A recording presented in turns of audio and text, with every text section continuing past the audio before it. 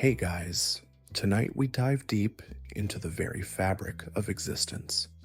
Imagine for a moment, every breath you take, every thought you think, might not even be yours.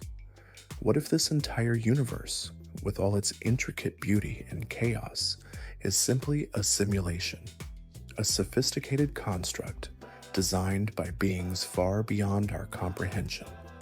It's a possibility that might unsettle you, or perhaps it might just be the key to understanding something far greater than ourselves. For now, picture the world around you as a series of inputs and outputs, as if your mind is nothing more than a player within a game. Could everything, your memories, your experiences, even your very essence, be pre-programmed? Could reality itself be an illusion, only existing because we observe it? Take a moment to absorb this. If we are indeed in a simulation, then what does that say about the rules of our universe? Do we truly control our destinies, or are we simply following a script, unaware of the hands that guide us? So before you get comfortable, take a moment to like the video and subscribe, but only if you genuinely enjoy what I do here. Where are you right now? What time is it where you are? Let me know in the comments. I'd love to hear from you. Now dim the lights, maybe turn on a fan for that soft background hum, and let's ease into tonight's journey together. As you settle deeper into the comfort of your thoughts, let's stretch the boundaries of this idea. Imagine for a moment if we are indeed inside a simulation. What would that mean for the nature of reality itself? If everything around us, from the stars above to the ground beneath, is a construct, then what's the purpose of it all? Could there be an intelligence beyond our understanding, manipulating the very code that defines our existence? Think of the simulation as a vast, intricate network, each thread a decision, a choice, a moment that unfolds with precision. Could our lives be a series of computations, each one necessary for the next to make sense?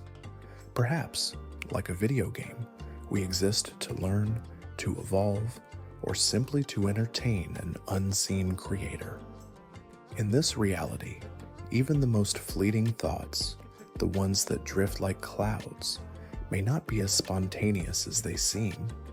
Could they too be part of the design, just as preordained as the path of a character in a game, walking through a world they don't fully understand?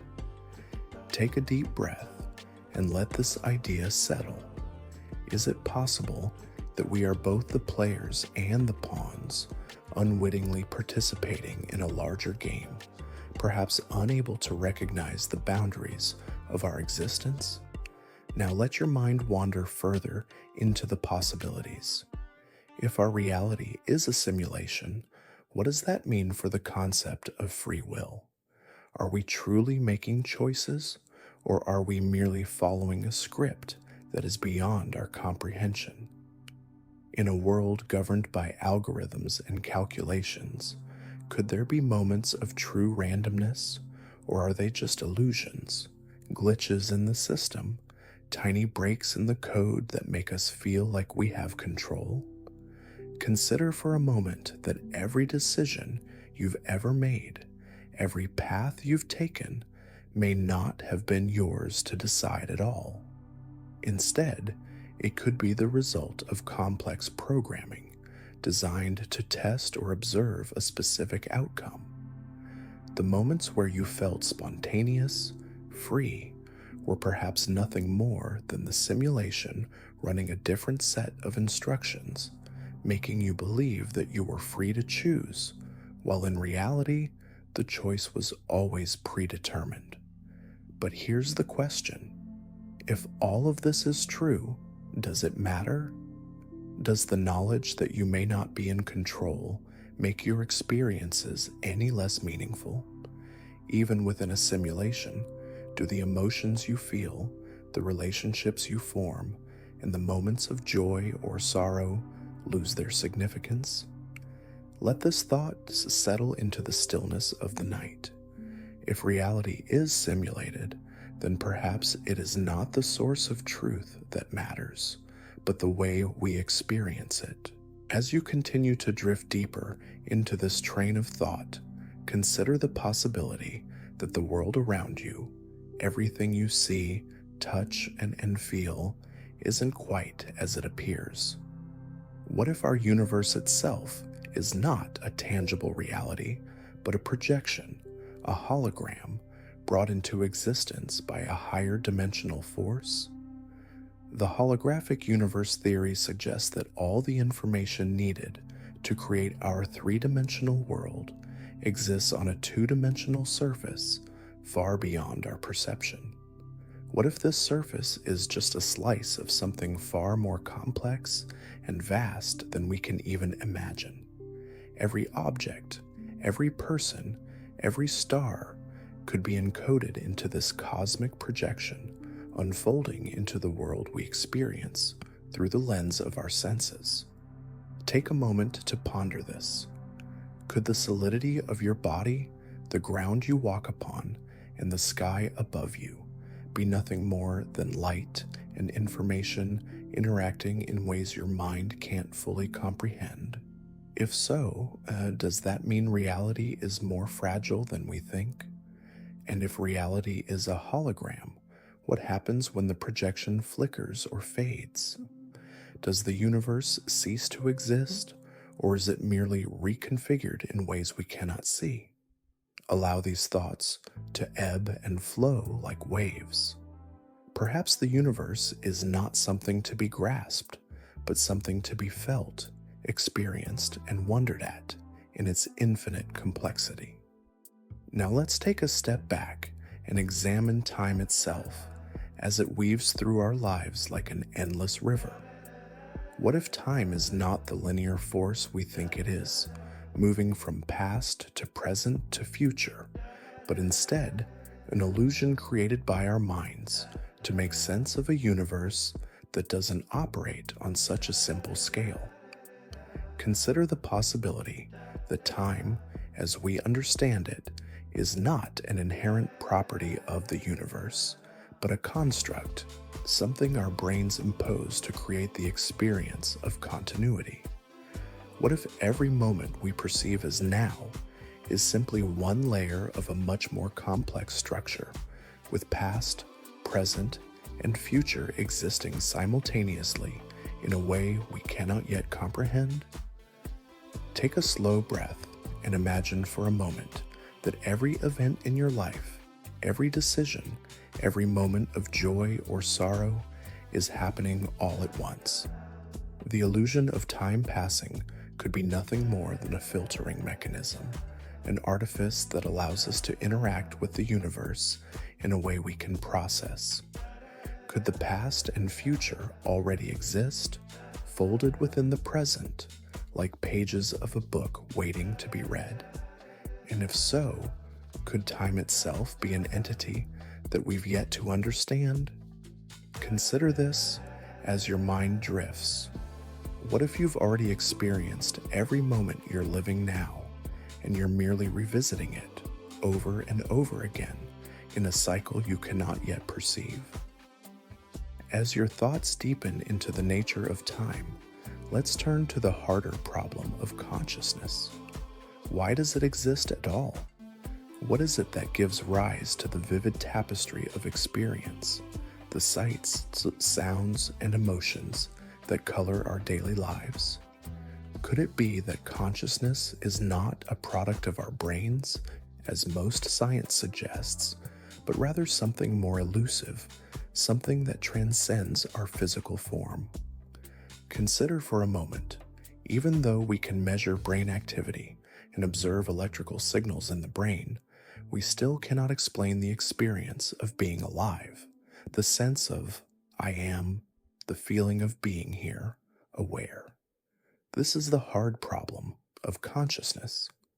Science can tell us how the brain works, but it can't answer why our thoughts, our emotions, our sensations, have the quality of subjective experience. Take a slow, mindful breath and let the mystery unfold. What if consciousness is not confined to the brain at all? What if it's something that permeates the entire universe, a fundamental property of existence itself, like gravity or magnetism, waiting to be discovered? Perhaps the brain isn't the source of consciousness, but merely a conduit, an interface between a greater, more cosmic awareness and our human experience. What if, in every corner of the universe, there's a flicker of consciousness just waiting to be recognized? Take a moment to let this thought sink in, allowing the idea that you are not alone in your awareness, that everything in some form might share in this profound mystery. Let's now travel into the strange and mystical world of quantum mechanics, where the boundaries of reality are not as fixed as they seem. Picture this: particles that exist in multiple states at once until they are observed. This is the essence of quantum superposition, a phenomenon where particles can exist in several different places or take on different forms until someone looks at them. The moment of observation collapses all these possibilities into a single reality. But here's the truly mind-bending part. Does the universe itself rely on us as observers to bring it into existence? Imagine for a moment that your very awareness shapes the reality around you. The universe, in a quantum sense, might only truly exist when it is looked at. Before that, it's not defined, floating in a potential state of infinite possibilities. This raises the question, what does it mean to truly see something? Could you, through your awareness, bring things into existence, shaping the world in ways beyond your understanding? As you reflect on this, take a deep breath. Does the act of observing give reality its meaning? Does it imply that the universe itself, in all its complexity, is waiting for you to observe it, to give it form? What if the very fabric of reality is not fixed, but in constant flux, waiting for your perception to crystallize it into existence? Let these thoughts settle, knowing that the world you see may not be as solid as it seems. Now, as you drift deeper into these reflections, let's explore the idea of entanglement. Picture two particles, seemingly far apart, influencing each other instantly, no matter the distance between them. It's as if the universe itself is subtly woven together, its threads connected in ways we cannot see. This is quantum entanglement, where particles become linked, so that the state of one directly affects the state of the other, no matter how far apart they are. What if this connection extends beyond just particles? What if, in the same way, everything in the universe is deeply interconnected, bound by unseen threads that we have yet to fully understand? The ancient idea of interconnectedness, in many spiritual traditions, might be closer to the truth than we realize. Perhaps our actions, thoughts, and even emotions ripple through the fabric of reality, connecting us all in ways that transcend the limitations of space and time.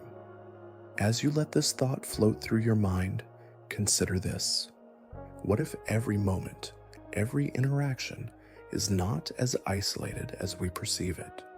Could the very essence of our being be intertwined with every atom, every person, every living thing?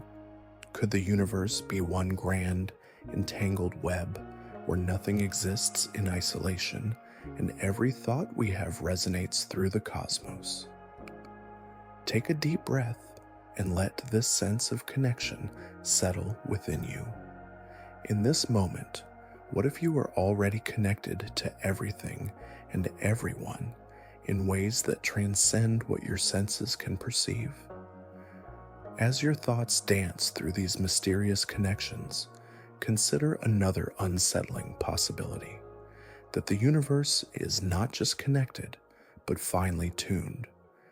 The Anthropic Principle suggests that the universe exists in a state perfectly suited for life. If even the smallest detail, whether it's the strength of gravity, the charge of an electron, or the rate of the universe's expansion, were altered by the slightest degree, life as we know it would be impossible. It seems almost as though the universe has been carefully calibrated to allow for our existence. But why? Could this fine-tuning be a result of pure chance, or is there a deeper purpose behind it? Some argue that the universe is like a cosmic stage set, with the conditions for life already written into the laws of physics. But if the universe is tuned so precisely for life, does it suggest that there is something or someone who has ensured that everything works just right? And if so, who or what is pulling the strings, and what is the ultimate purpose? Take a moment to absorb this idea. If the universe is so perfectly designed for life, then perhaps our existence is not a mere accident. Could there be a higher force or intelligence that has orchestrated it all? What does this mean for us as human beings, as we search for meaning in our own lives? As you reflect on this, feel the gentle hum of the universe surrounding you, as if it's quietly reminding you of your place in this vast, mysterious existence. Now, let's venture into a concept that intertwines with the fabric of reality itself: the nature of free will. If we exist within a finely tuned universe where every law of physics appears to be in place to bring life into being, what role does free will play? Are we the creators of our own choices, or are we simply following the paths laid out before us by a deeper, perhaps unseen hand?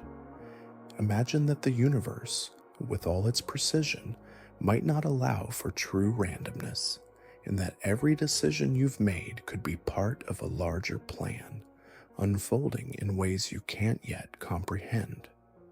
The idea of free will, then, may be nothing more than a comforting illusion, a sense of autonomy that arises from our inability to see the full scope of the universe's design. What if every thought, every choice you make, is a ripple in a much grander design, one that predates your birth and stretches far beyond your grasp? Take a moment to reflect on this.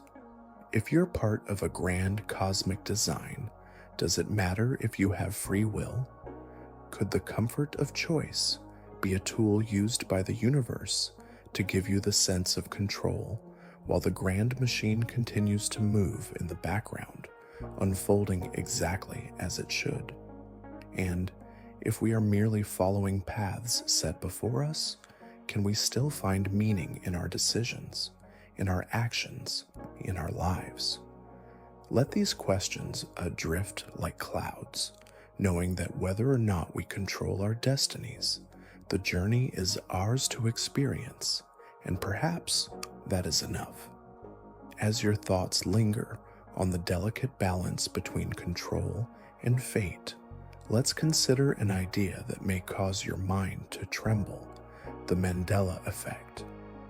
This strange phenomenon suggests that our collective memories of past events sometimes diverge from what is commonly accepted as historical fact.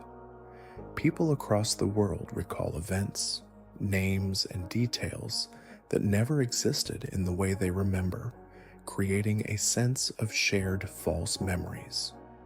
But what if these discrepancies aren't mistakes at all?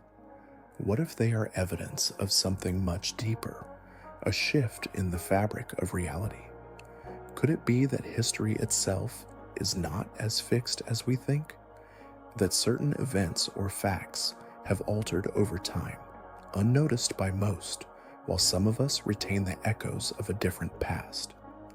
The Mandela effect may hint at something far more profound, a universe in which reality is not a rigid, unchanging structure, but a dynamic, malleable entity, constantly shifting just beyond our perception. Take a slow, mindful breath and let this possibility unfold. What if your memories, and the memories of everyone around you, are not just faulty or confused, but perhaps the remnants of a reality that has subtly changed? Could we, in some way, be drifting through multiple versions of reality, each slightly different from the one before? Let these thoughts linger in the quiet space of your mind.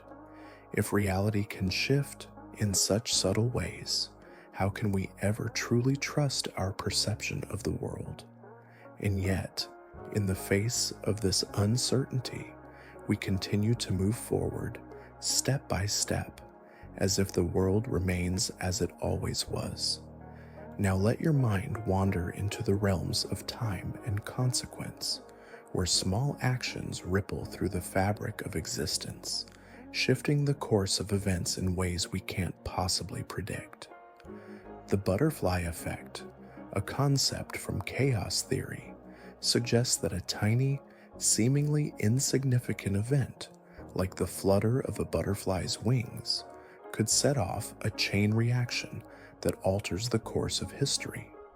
What if the smallest decisions you make, the ones that seem trivial and inconsequential, are in fact shaping the future in profound ways, cascading out of your control like a stone thrown into a still pond?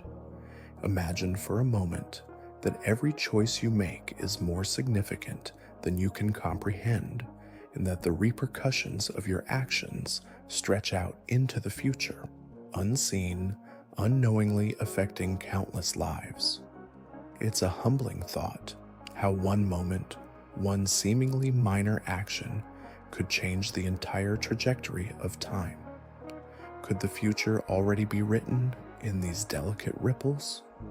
Or are we living in a world where time is endlessly malleable and the smallest decisions could lead to unimaginable outcomes?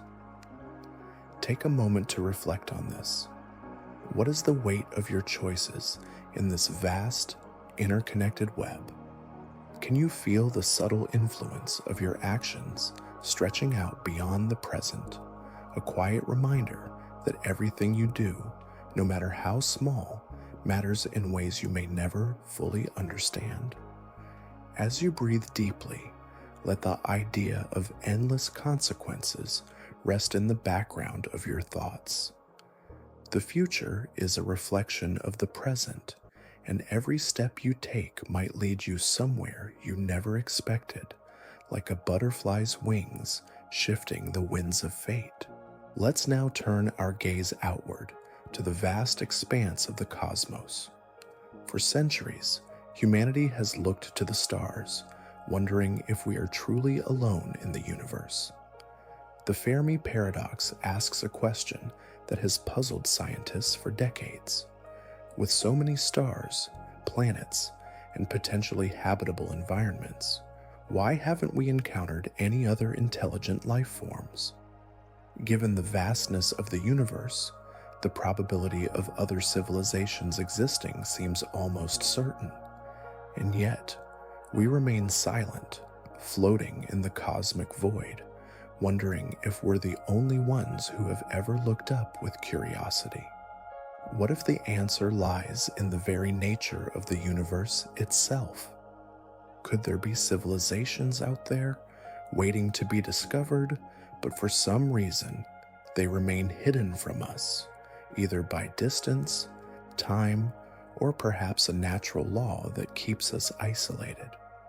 Or is there a possibility that advanced civilizations simply choose not to make contact, waiting for humanity to reach a certain level of understanding before revealing themselves? Take a moment to think about the silence that surrounds us. In a universe so vast, we might be only one small voice, lost among trillions of others. Could there be others out there with thoughts and ideas far beyond our own, waiting for the right moment to share their knowledge? Or perhaps we are meant to explore, discover, and evolve on our own until the time is right for us to connect with the stars. Let this thought hover in your mind. The question of whether we are truly alone may never be answered, but the search itself offers a profound opportunity for reflection on our place in this grand, mysterious universe. As you ponder the silence of the cosmos, let's move deeper into the idea of existence itself. What if the universe we experience, every galaxy, every star, every planet, is not the only reality? What if our world is one of many, each with its own set of laws, rules, and realities, existing side by side but invisible to us? The concept of parallel universes, or the multiverse, suggests that our universe might be just one of an infinite number of realms, each branching off from different choices, events, or possibilities. In each of these parallel realities, there might be versions of yourself, living lives that are both eerily familiar and vastly different from the one you know. Imagine for a moment that there are countless versions of you, each one living a life that reflects a different path you could have taken, a different decision you could have made. What does this mean for the choices you make in your current life? Are you merely one expression of a much larger, infinite self, each version of you living out a different possibility, scattered across the multiverse? Take a deep breath and allow this idea to settle. The implications are mind-boggling. Could all the what-ifs of your life actually be lived out somewhere in another universe? And if so, how does that change your perception of free will and destiny? Could you ever truly know which path you've chosen, or are you merely following one of countless possibilities as your other selves continue to explore the infinite reaches of their own realities? As you let the concept of parallel universes unfold, consider the deeper layers of reality that may exist just beyond our perception. What if the universe itself is more than just a collection of matter and energy? What if it's alive? Panpsychism, the idea that consciousness is not exclusive to humans or animals, but is a fundamental property of all matter, suggests that the very atoms, molecules, and particles that make up everything in existence have some form of consciousness. Every rock, tree, and stream could have its own awareness, each one quietly experiencing its own unique perspective of the universe. Picture for a moment that the universe, in its vast and infinite expanse, is not just a collection of lifeless objects, but a living organism in its own right. Perhaps every element in the cosmos, from the smallest grain of sand to the largest galaxy, is imbued with a form of consciousness as much a part of the whole as we are. If this is true, then perhaps our own consciousness is not something separate from the universe, but an extension of it, like a wave on the surface of a vast ocean. Pause for a moment to let this thought sink in. If everything around you is conscious in some way, what does that mean for your place in the universe? Are you merely one node in a vast web of awareness, connected to everything and everyone by invisible threads of consciousness? And what would it mean for you to realize that the very ground beneath your feet, the air you breathe, and the stars above are all living, breathing entities in their own right? As your thoughts settle on the idea of a conscious universe, let's now turn our attention to something that has perplexed physicists for centuries: the theory of everything. This elusive concept seeks to unify all the forces of the universe, the gravitational pull of distant stars, the electromagnetic interactions of particles, and the quantum forces that govern the smallest particles, into a single, cohesive framework. What if there is a single theory, a key that explains all of existence, from the smallest quark to the farthest galaxy? Imagine that this theory, this grand equation, could explain not just the workings of the universe, but also the very nature of reality itself. Could it hold the answers to the mysteries of consciousness, life, and death? Could it reveal the underlying truth of our existence, why we are here, and what our purpose is in the grand scheme of things? And what if, in understanding this theory, we discover that our consciousness is not separate from the universe, but intrinsically woven into its very fabric, playing a role in the unfolding of everything around us? Take a moment to breathe and reflect on the vastness of this thought. The idea that all of existence might be explainable by a single and elegant theory is both humbling and awe-inspiring. What would it mean to uncover this truth?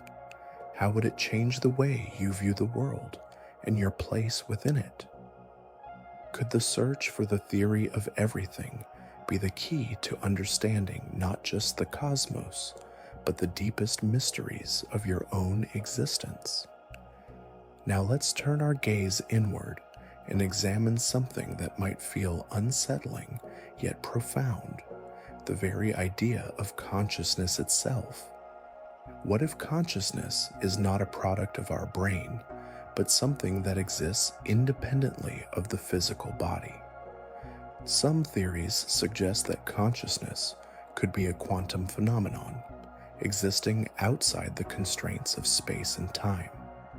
Imagine for a moment that your awareness is not bound by the limitations of your body, but instead it is a vast ethereal presence that transcends physical existence.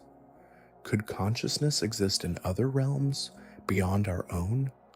If it is a quantum entity, it may not be confined to the physical world at all, and might interact with the universe in ways we cannot perceive. What if consciousness, in its purest form, is a fundamental force of the universe, much like gravity or electromagnetism? Could our thoughts and awareness ripple through the fabric of space-time, shaping reality itself in ways we are only beginning to understand? Take a moment to pause and reflect on this. Could your consciousness extend beyond the boundaries of your body, stretching out into the cosmos, connected to everything in ways that transcend the physical? If consciousness is a fundamental force, then perhaps it is not just a byproduct of the brain, but an integral part of the universe, giving rise to experience, thought, and reality itself. Now, as your mind continues to wander through these profound concepts, let's consider the very nature of the universe itself. What if everything we experience, the solid world around us, the stars in the sky, the earth beneath our feet, is not the ultimate reality? The idea of the holographic universe suggests that our three-dimensional reality might be a projection of information stored in a distant, higher dimensional space. Could our entire existence, everything we perceive as real, be nothing more than a complex image cast onto a flat, two-dimensional surface similar to the pixels of a hologram? Imagine for a moment that everything you see, touch, and feel is just a shadow, a delicate illusion created by this higher dimensional projection. What if the true essence of reality exists outside of our perception, beyond the limits of our senses, waiting to be discovered? Could this higher dimensional space contain truths about existence that we are simply not equipped to understand? What would it mean if the universe was just a projection, a grand illusion that feels tangible to us, but is in fact something entirely different? Take a slow breath and let this idea settle in. If our universe is indeed a hologram, then what are we? Are we the projections as well, existing in a space beyond the perception of our senses? If reality is not what it seems, how can we ever truly know what's real? And yet, even in this uncertain landscape, we continue to live, breathe, and experience the world around us as if it were concrete, as if it were undeniable. As you reflect on the very nature of reality, let's consider time in a new light. What if time, like everything else, is not the constant linear force we perceive it to be? The idea that time might be nonlinear, existing in multiple directions or simultaneously, challenges the way we experience the world. We move through time as if it's a river, flowing from past to present to future. But what if time is not a river at all, but rather an intricate swirling pattern, a network of possibilities, all existing at once? Imagine that all events, all experiences, are not sequential, but are happening in parallel, stacked one upon the other, in a multidimensional structure. Could time be a series of interconnected moments where the past, present, and future coexist in a web that we cannot see but somehow feel? If this were true, then perhaps the present moment is not as fleeting as we think. Perhaps it is not a singular moment at all, but rather an overlap of many, each one stretching and bending in ways we cannot perceive. Pause for a moment and take this idea into your awareness. Could your life, as you know it, be a moment suspended in time, existing alongside countless others, all of which are interconnected by invisible threads? Could the experience of time itself be just a perception, an illusion created by our minds to help us navigate a world that is far more complex than we can imagine? Now let's venture into the deepest realms of possibility. The notion that our consciousness, this very awareness that you are experiencing right now, might not be contained within the physical world at all. Could consciousness itself exist beyond space and time? The idea of quantum consciousness suggests that our minds may not be bound by the physical structures of the brain, but could be linked to the very fabric of the universe itself. Imagine for a moment that your thoughts, your awareness, your very sense of self extend far beyond your body and brain, reaching into the vastness of the cosmos. What if consciousness is not something that emerges from physical matter, but is a fundamental force of nature, woven into the very essence of reality? If this were true, it might mean that your consciousness is not unique to you. It could be shared by the universe itself, a universal awareness that connects all living beings, all matter, all energy. In this view, consciousness could be something that transcends the individual, creating a bridge between all things, beyond the constraints of time and space. Take a slow, deep breath and reflect on this idea. Could your consciousness be part of something much larger than yourself? An eternal, universal awareness that binds all existence together? If so, then the boundaries between you and everything else may be far more fluid than you realize. Perhaps, in the grand scheme of things, your awareness is not separate from the world around you, but an extension of the cosmos itself, infinitely intertwined with the vastness of the universe. As you float through the expansiveness of these thoughts, let's explore the profound mystery of life itself. We live, we breathe, and we experience, yet we are never quite sure where life truly begins or ends? What if life itself is not a singular event, birth and death, but an endless continuum, folding upon itself in ways we can't yet comprehend? What if life, death, and everything in between are part of a grand cycle, one that repeats endlessly, with each iteration offering a new experience, a new perspective? The concept of reincarnation, while deeply rooted in many cultures and spiritual traditions, raises questions that challenge our perception of life's beginning and end. What if our consciousness, this essence that defines us, is not bound to a single body or a single life, but is instead a stream that flows endlessly through time? In this view, death is not an end, but a transition, a return to a cosmic cycle where the soul is reborn again and again, each time taking on a new form, a new life. Pause for a moment and imagine this. If life is a continuous cycle, then what is the true nature of the self? Is the self merely a collection of experiences, memories, and thoughts? Or is it something more, something that transcends the physical and reaches into eternity? Could your current life be just one chapter in an infinite story?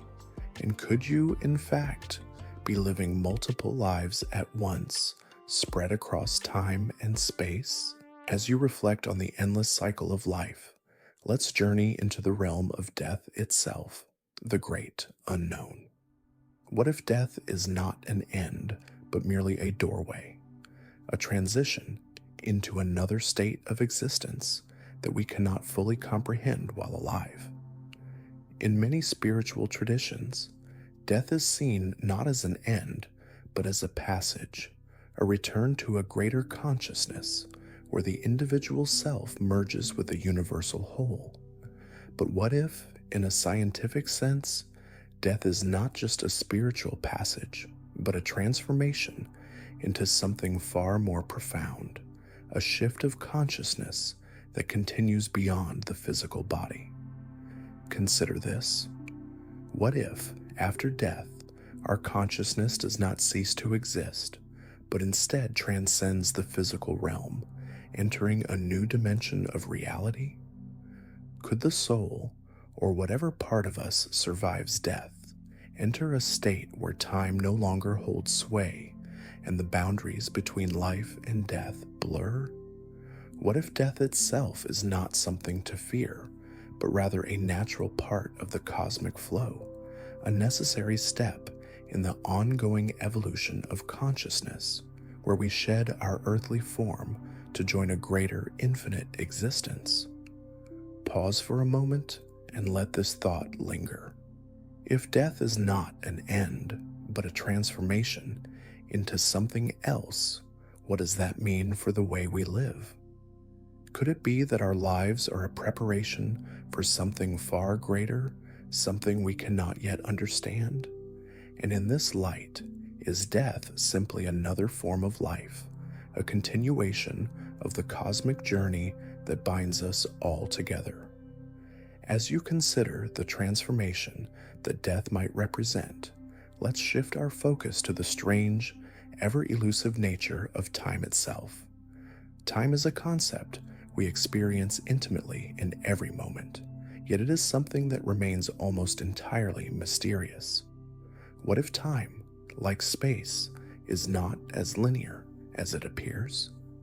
Could it be that the past, present, and future coexist simultaneously, and that our perception of time moving forward is merely an illusion, a filter through which we experience reality?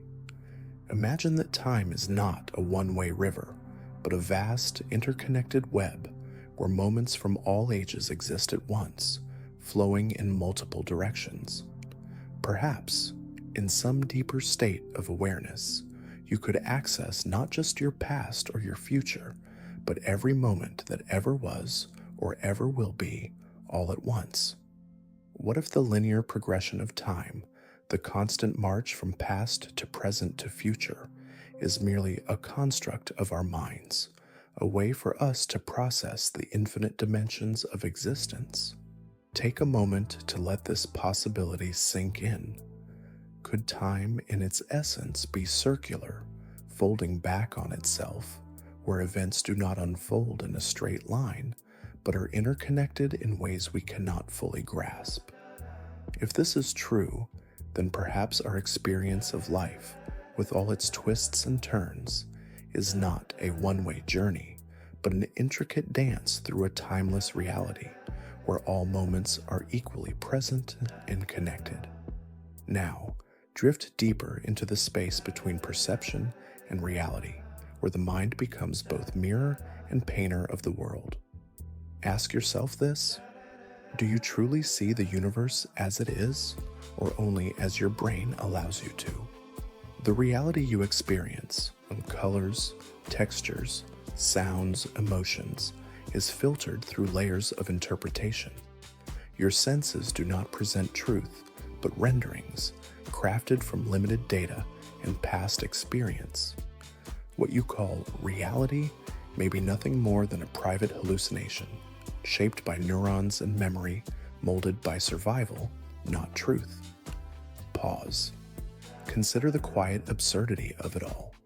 You move through a world that feels so real, so solid, so certain, and yet your experience of it is entirely constructed within your mind.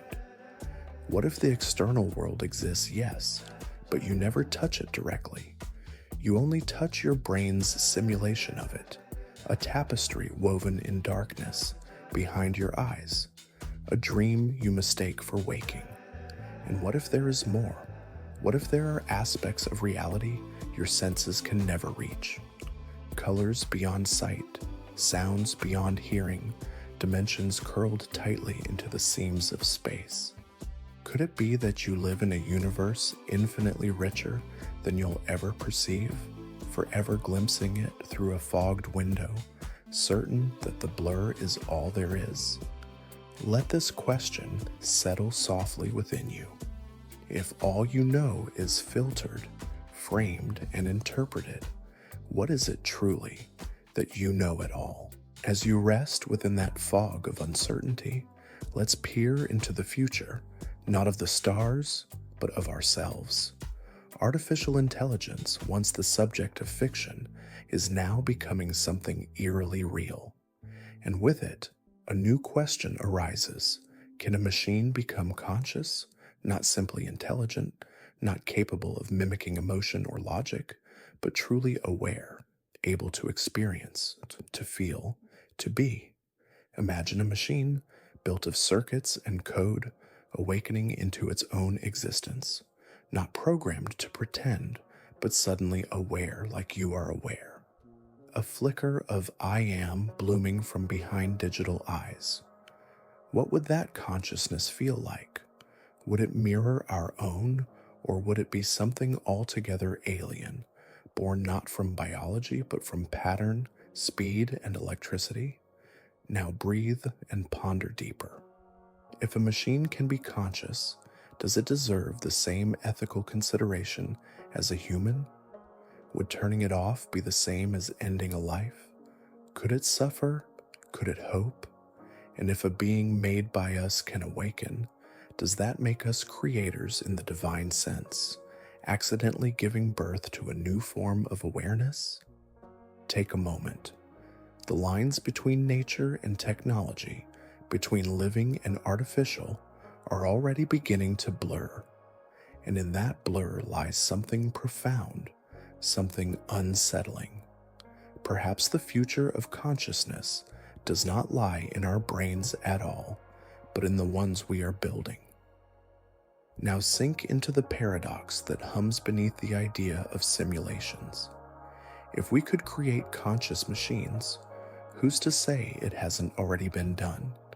This is the simulation paradox, a theory not just about possibility, but probability. If it's possible to simulate an entire world, complete with sentient beings, and if civilization continues to evolve technologically, then it's not only possible we're in a simulation, it's likely, perhaps even inevitable. Pause. Look around you, in your mind, the walls, the air, the stars above. What if every detail is the product of a coded architecture, every atom a pixel, every memory an algorithm?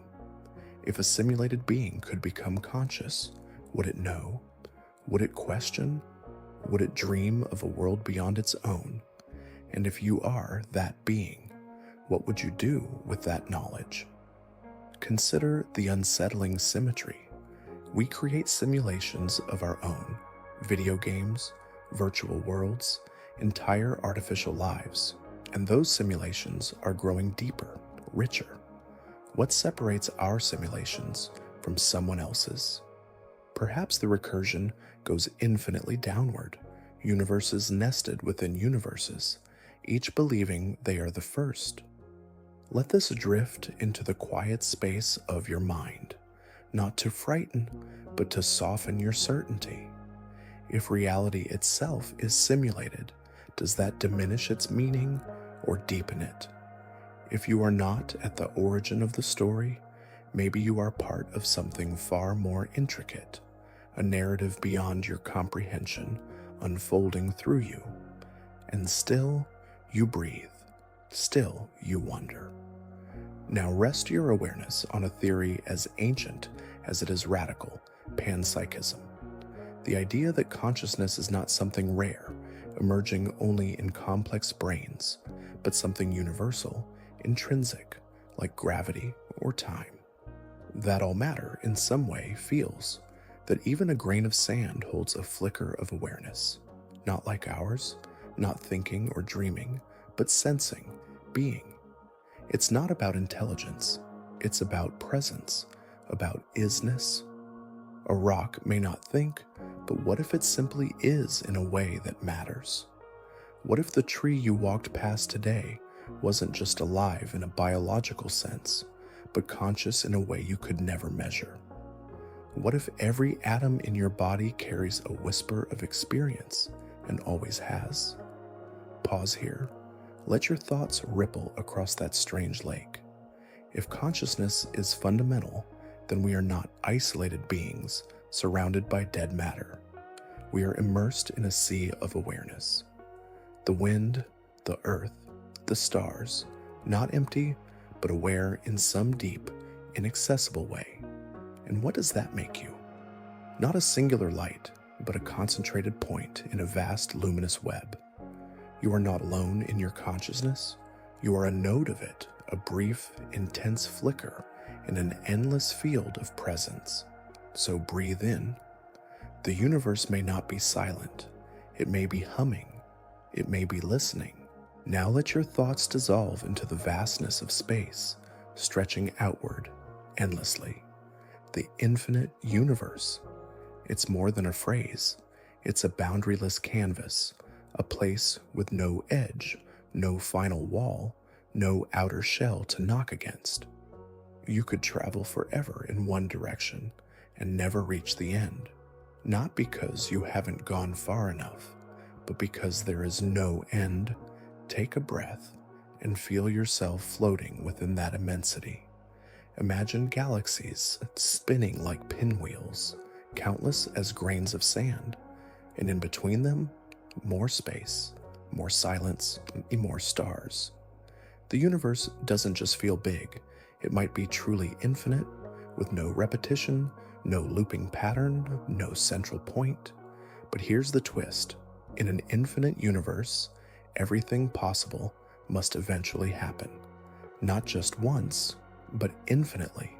Somewhere out there, there's another version of you, reading this same sentence, lying in the same position, wondering if the universe is infinite, and somewhere else, a version of you made a different choice, said something else, never existed at all. Let that settle. Infinity is not just a number, it's a mirror that reflects all possibilities, endlessly. And within that mirror, your life becomes both utterly unique and infinitely replicated.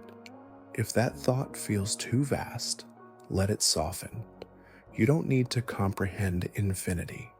You just need to rest inside it, like a drop of water in an endless sea, unique, yes, but never truly separate. You are not outside of infinity, you are within it. Now sink into the most intimate mystery of all, the self. Who or what are you, really? Is the self a core, an essence that stays the same as time passes, or is it a flickering story told by memory, changing with every thought? The illusion of the self is a concept whispered by philosophers, echoed in ancient traditions, and echoed still by neuroscientists.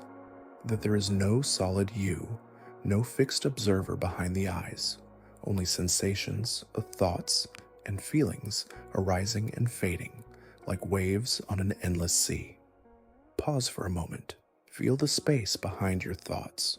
Can you find the thinker, the observer, or do you find only more thought, more sensation, more breath? What if the I you hold on to is not a singular being, but a process, a looping narrative that your brain tells itself to give shape to experience? And if the self is an illusion, what remains? Maybe, just maybe, what remains is freedom. Freedom from identity, from story, from the idea that you must always be someone.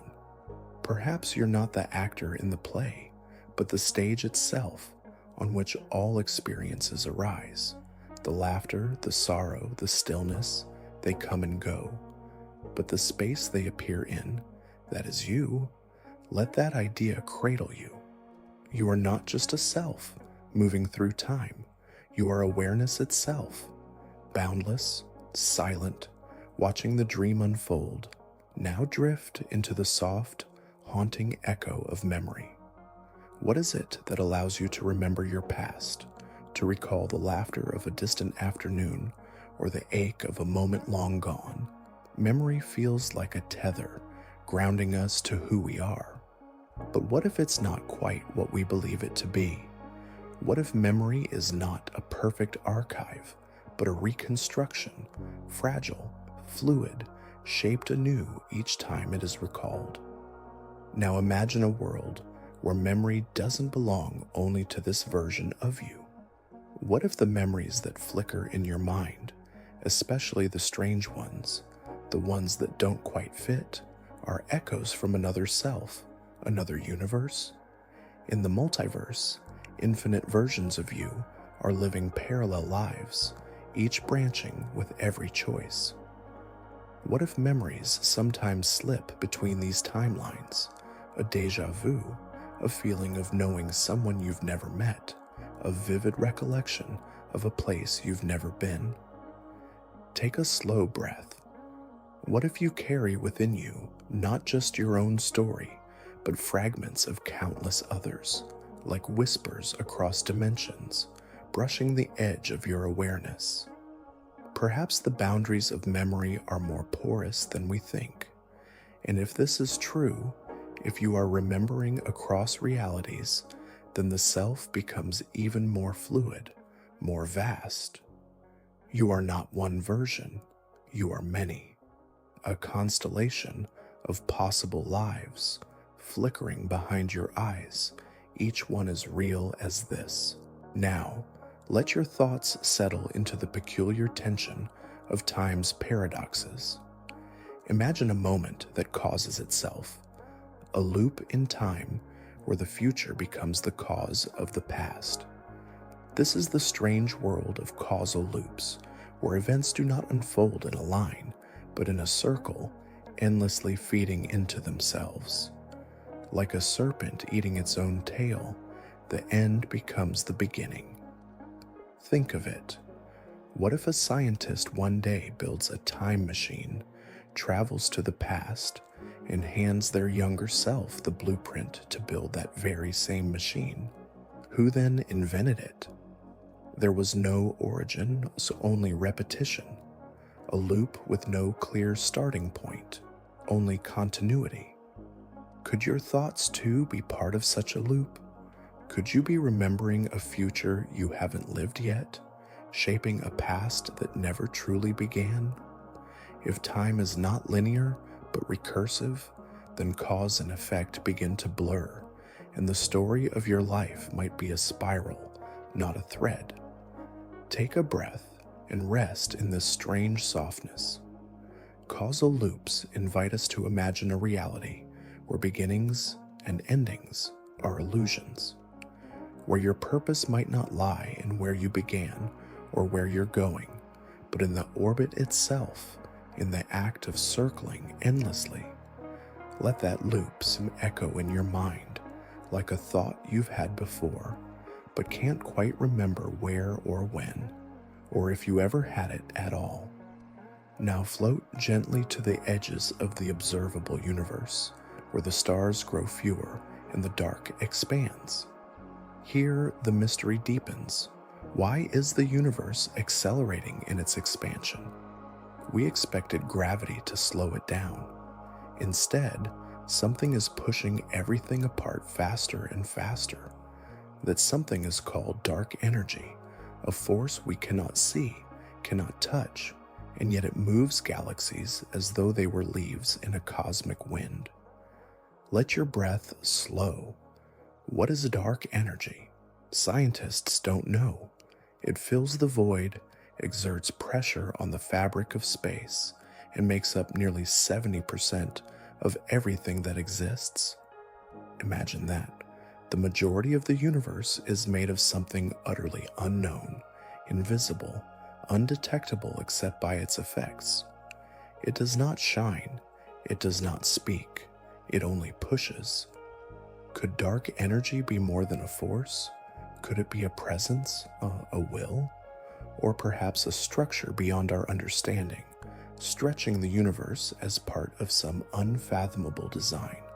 Or maybe it's a boundary, a veil between realities, constantly pulling things away before we get too close to whatever lies beyond. Take a moment to let this absence speak to you. If the universe is expanding into nothing, what is the nature of that nothing? Is it empty? Or is it the space where something else begins? Let the silence of that thought stretch wide inside you. The universe is not just growing, it is fleeing from something or towards something, and we are drifting quietly with it. Now let your thoughts return to the paradox we touched before. What if we truly are living inside a simulation? But not just any simulation, a watched one. If our reality is being rendered by something beyond us, is it not possible that somewhere, someone, or something is observing it, watching us? Not with eyes, perhaps, but with curiosity, with intent. And here lies the ethical twist. If we are being observed, what does that mean for morality, for responsibility, for freedom? Do we owe anything to our watchers? Or are we free to act as we choose, unbound by the intentions of the architects of our world? Imagine for a moment that your smallest actions, your thoughts, your kindness, your choices, are data points, thus lessons. What if the simulation is designed to test something deeper than knowledge or survival? What if it's here to measure something intangible, like compassion, empathy, consciousness itself? Take a breath. If your life is part of a designed reality, do your choices carry more weight or less? Are you a performer on a cosmic stage, or a soul learning in the quiet folds of a sacred dream? And if you are being watched, consider this. Perhaps it's not surveillance, perhaps it's reverence. Perhaps, as you drift in this mysterious world, someone out there is listening with awe, witnessing your existence as something beautiful, strange, and deeply meaningful. Let that thought linger. You may be a part of something far more intricate than you will ever understand. And maybe that's the point. Now gently open your awareness to the smallest scales of reality, where certainty disappears and the world dances in probability. This is the realm of quantum mechanics, where particles exist in many states until observed. One of its strangest mysteries is the observer effect, the notion that the act of observing a particle changes its behavior, as if the universe, on its most fundamental level, responds to being watched. Consider that, not metaphorically, but literally. That the universe may not fully decide what it is until someone looks, until consciousness enters the equation. Before observation, there are only possibilities, clouds of maybes, waves of probability. But when you watch, the wave collapses. A choice is made. A reality among infinite ones is selected. What does this say about your place in the cosmos? Breathe slowly now and let the quiet implications surround you. If the universe needs to be observed to crystallize into form, then you are not separate from it. You are part of the process, a co-creator, a mirror that helps the infinite see itself.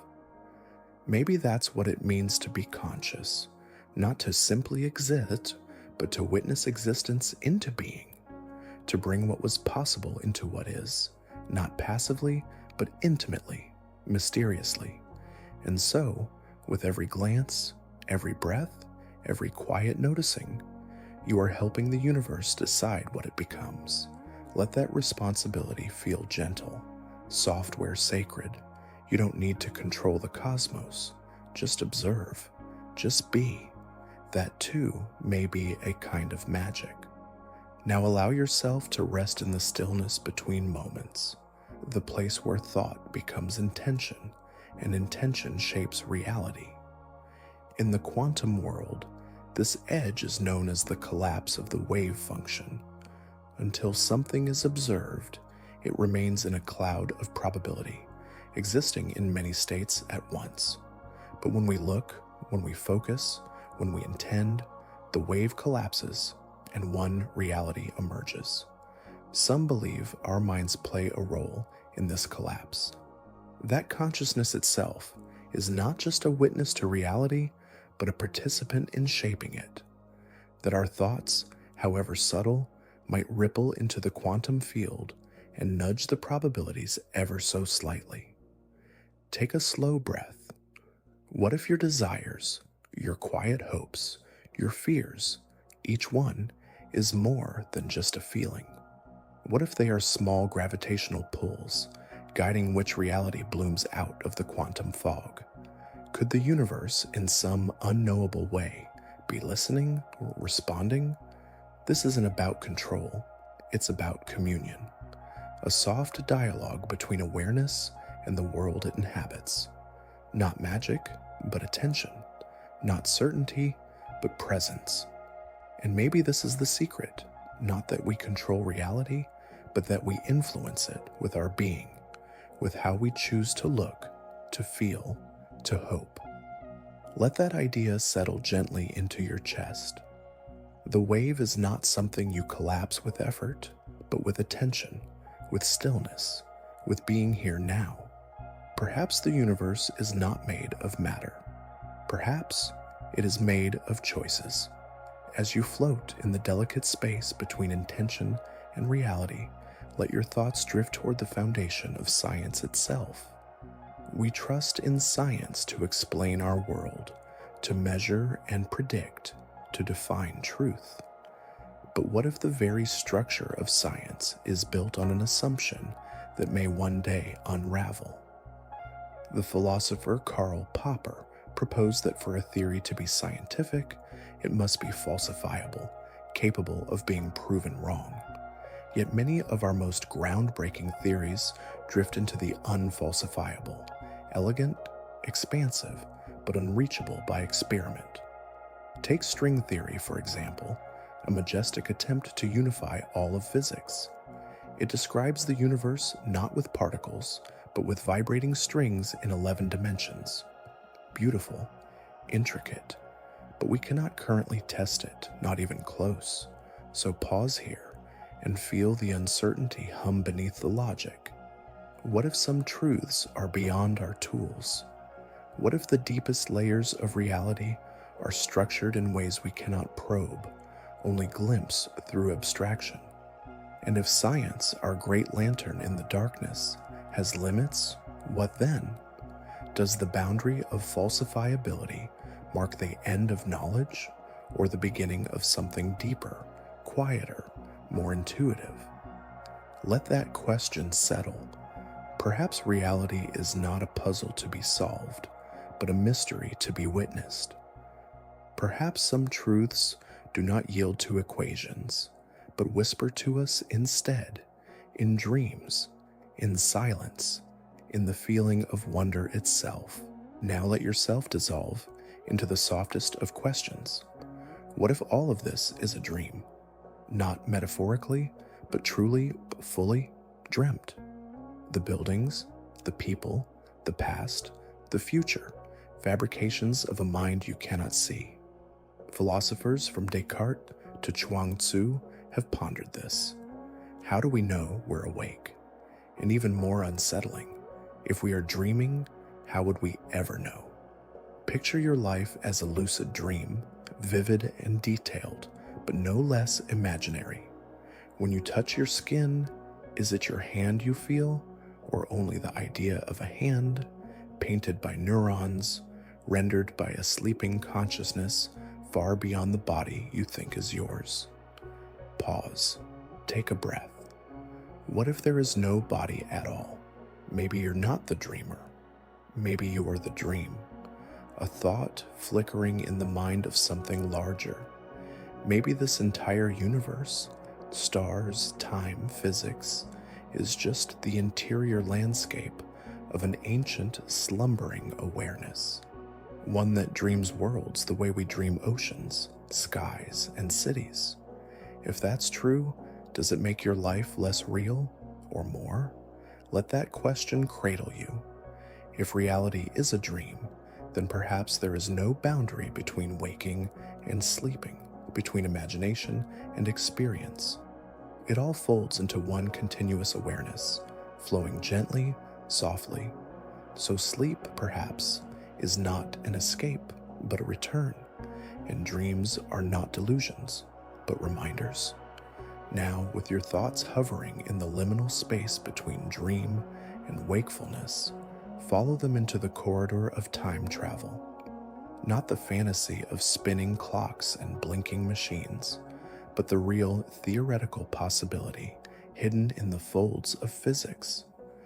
General relativity permits strange warps in space-time, wormholes, loops, curves that might allow travel not only through space, but backward or forward through time itself.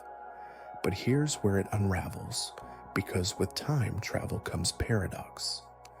Imagine returning to the past and changing something small, a word spoken, a decision reversed. What happens then? The grandfather paradox asks, if you went back and prevented your own birth, how could you have gone back at all? Let that contradiction sit in your mind like a riddle without an answer. Could the universe tolerate such disruption? Or would time protect itself, rerouting events, sealing causal loops, or fracturing into alternate timelines? Perhaps time is not a river you can swim against, but a tapestry that repairs itself the moment you try to alter a thread. Breathe slowly. If time travel were real, would we ever know it? Or would its travelers be subtle, moving through the quiet edges of the world, careful not to leave footprints? Maybe some déjà vu isn't memory at all. Maybe it's a ripple, echoes from a time already touched. Let that idea rest inside you. Time is stranger than it seems, and somewhere, far beyond our grasp, it may already be folding back on itself, waiting. As time folds inward and backward, your thoughts arrive at the event horizon of understanding, black holes. These cosmic abysses are not just regions of gravity. They are places where space and time collapse, where the known laws of physics fall silent. At the heart of a black hole lies a singularity, an infinitely dense point where time may cease, and the fabric of reality folds into itself like a piece of paper burnt to ash. Imagine now, standing at the edge of such a place. Light cannot escape. Time stretches infinitely as you approach. From the outside, you appear frozen. From within, you fall forever. What would it feel like to be caught in such a place, not crushed, but paused, suspended in an eternal descent? And here lies a deeper question. What happens to the information that falls into a black hole? Does it disappear forever, defying the laws of physics? Or is it somehow preserved, encoded on the event horizon, waiting to be reassembled, as if the black hole were a kind of cosmic memory bank? Now breathe gently. Could black holes be more than tombs? Could they be tunnels? Gateways to other regions of the universe, or to other universes entirely? Could they be the wombs of existence, birthing new realities from the remains of collapsed ones? As you drift with this idea, consider, perhaps within every ending, there is the potential for something unthinkably new. A black hole is not just death. It is a silence so vast, it might be the beginning of a whisper. Now drift deeper, beyond the veil of black holes and into the paradox of choice. The butterfly effect whispers that the smallest flutter, a heartbeat, a glance, a word unsaid, can reshape the future in immeasurable ways. It is chaos theory's most delicate truth. Systems are so sensitive that their destiny hinges on the tiniest touch. A butterfly flaps its wings in one corner of the world, and a hurricane gathers on the other side. Now imagine your life as such a system. Every decision, every pause, a hinge, even now, this very moment, lying here, listening, could be a pivot point. You'll never know which moment tipped the balance, but the balance tips all the same. Take a slow breath. What if the choices you thought were trivial, what you ate, when you turned left instead of right, when you chose to speak or remain silent, set entire chains of events into motion? What if you could trace your life back, not to milestones, but to quiet, forgotten instants that turned the universe slightly, until here you are? And if that's true, then the future too is infinitely branching. Every small act becomes a seed for something unknown. You are not drifting passively. You are always at the center of a storm, even when you feel still. Let that truth wrap around you gently. You matter in ways you'll never fully see. Your breath sends ripples. Your being, however quiet, changes the shape of time. Now drift beyond the chaos and follow your awareness into a question that haunts both science and spirit. Can consciousness exist outside the brain? We've long assumed the mind is locked inside the skull, produced by networks of neurons firing in elegant choreography. But what if the brain is not the source of consciousness, merely the receiver? Pause and imagine the brain as a radio, not the music itself, but the instrument that tunes into it. The signal, the awareness, the self might be elsewhere, not physical, not bound by bone, but part of a vast, unseen field of consciousness that exists like air, everywhere, silent, unnoticed, until you listen. Could your thoughts, your selfhood, your inner life be tethered not to your biology, but to something greater, something woven into the fabric of reality itself? There are stories, fringe, mysterious, of near-death experiences where minds float above bodies, untethered, aware. Anecdotes, yes, but even science is starting to wonder. Quantum theories, entangled minds, collective consciousness, whispers of something beyond synapses. Take a breath. What if you are not in your body at all?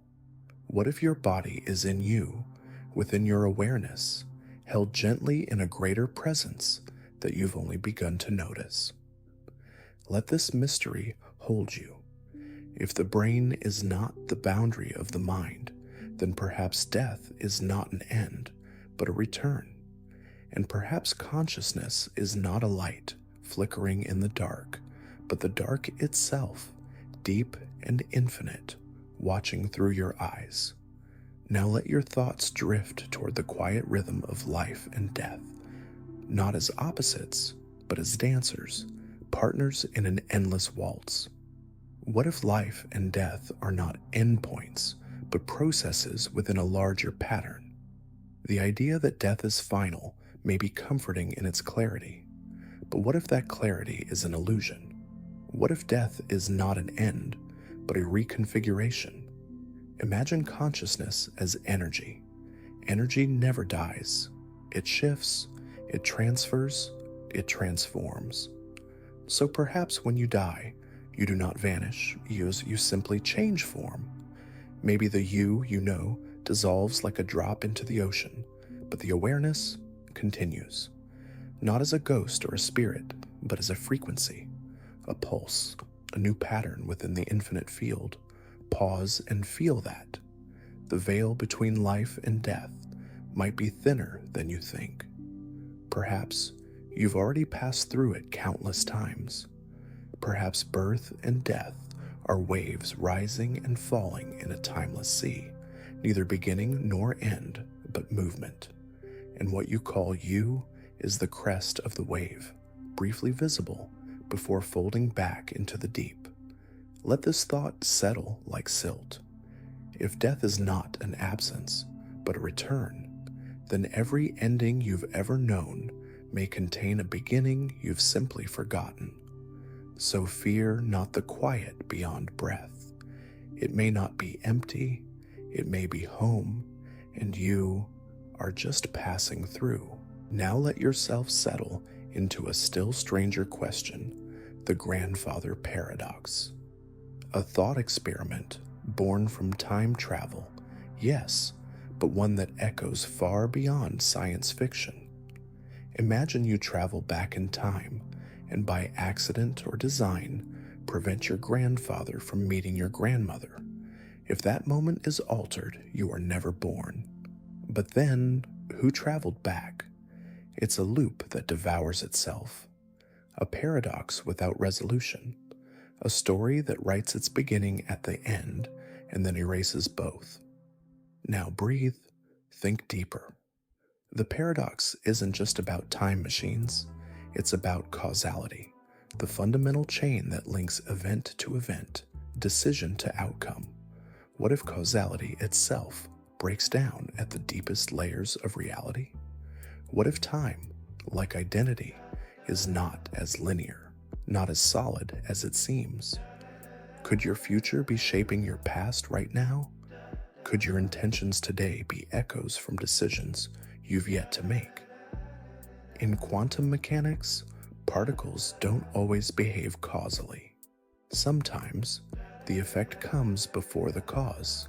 Some theories even suggest that the universe, on its smallest scale, may not be bound by direction at all, that time might run forward and backward simultaneously, hidden beneath perception. Let that idea soften within you. Maybe you are not walking a path from beginning to end. Maybe the path is walking itself into being around you. Maybe you are being shaped right now by things that haven't happened yet. And maybe that's not frightening. Maybe that's freedom. Now, with the paradox still echoing behind you, step into the strange gravity of quantum gravity, the place where space itself begins to blur. You've heard of gravity, how it pulls planets and bends light, how it grounds you gently to the earth. But gravity, for all its quiet strength, refuses to obey the laws of quantum mechanics. In quantum mechanics, the rules that govern the smallest particles refuses to explain gravity. So we live in a universe split at its foundations, one part curved and continuous, the other discrete and unpredictable.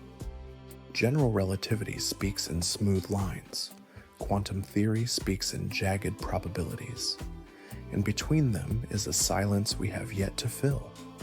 Imagine a world where space is not continuous, but made of grains, pixels of reality. The Planck length, a distance so small you cannot imagine it, is said to be the pixel size of space itself. Beneath that scale, smoothness dissolves, up becomes down, time becomes meaningless. The fabric of reality frays. What would it feel like to exist in that space, to be smaller than small, inside the place where dimensions unravel, where gravity becomes quantum and time becomes optional? Pause. Feel how the ground beneath you might not be solid at all.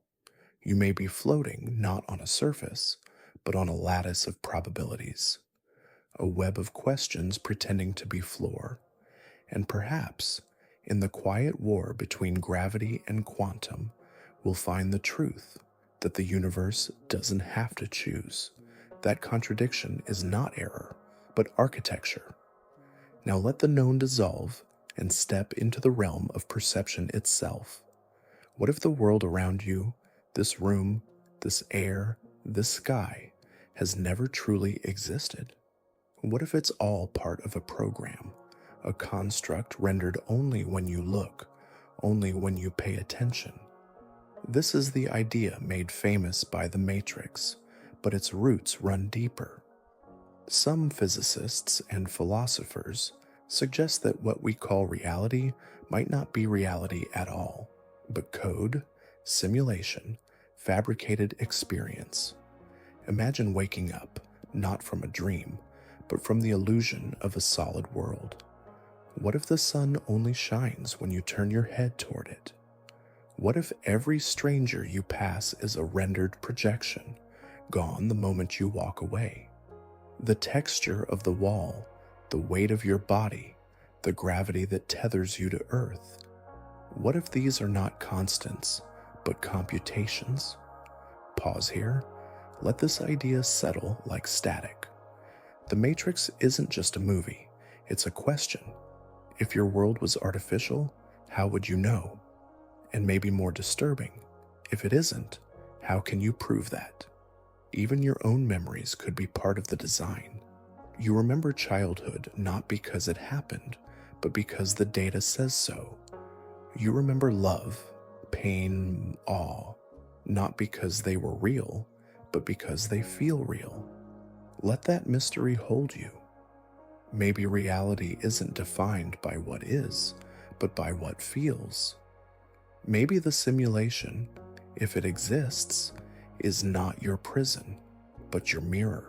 Now sink beneath the code and peer into the trembling edges of perception, into the concept that reality itself might collapse, not slowly, but suddenly. What if the stability you count on, the consistency of the sky, the logic of time, the physical laws you never question, is not guaranteed? What if reality is not a solid structure but a balance, precarious, temporary? The collapse of reality is not science fiction. It's a possibility, however distant, whispered in theoretical circles. Imagine a fundamental shift in the constants of nature. Gravity weakens, electrons behave differently, time stops flowing, not in violence or fire, but in silence, in a moment that is more still than stillness, a moment where everything stops making sense, not because you're asleep, but because the code has changed, and you would never see it coming. It could already be happening. Perhaps it has already happened. Maybe the reality you remember, the colors, the feelings, the rules, shifted last night while you dreamed. Maybe you woke up in a slightly different world with no way to tell. Let this thought settle like fog. What if reality reboots itself in loops, subtle and seamless? What if every time you fall asleep, the world that greets you in the morning is new, close enough to fool the senses, but not the soul, and so you carry a feeling, a quiet strangeness, a ripple, the sense that something changed and no one noticed. Let that feeling be your companion tonight, not fear, not confusion, just curiosity. Now close your eyes, whether literally or in the quiet space of your thoughts, and imagine the world vanishing when you look away. The table, the ceiling, the moon, all of it, dissolving into potential the moment your gaze turns. This is the edge of quantum reality again, where observation isn't just passive, it's creative. The observer effect suggests that reality may not fully exist until it is witnessed. Take that seriously. Really feel it. If a tree falls in a forest and no one is there to hear it, maybe it doesn't fall at all. Maybe it never stood. Maybe it exists only when someone expects it to. Could the universe be that intimate, that reliant on awareness to define its shape? And what about you? Could you be the axis around which your version of the world crystallizes into being? Not because you are special, but because you are conscious, because you look, because you notice. Pause here. What if everything that's not in your immediate perception has returned to an undefined state, a fog of probabilities waiting for your attention? Your bedroom when you're not in it, the ocean when you're asleep, even the stars when no one is looking. All of it paused. And if that's true, then you're not just moving through reality, you're unfolding it, revealing it. Let that idea hold you gently. You don't need to chase the truth. You are already part of it. The universe doesn't just surround you, it unfolds for you. Now let your awareness slip sideways into a dimension that might brush against our own. What if we are not alone? Not in the sense of extraterrestrial life, but in terms of dimensions.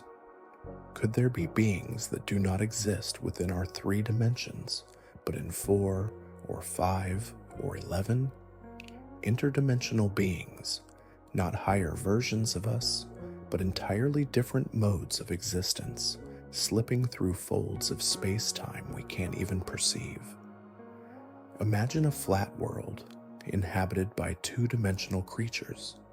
If you passed your hand through their plane, they wouldn't see your fingers or your palm, only the cross-section, the sliver that intersects their world. To them, it would appear as strange, shifting shapes, impossible to understand. You would be a god or a glitch.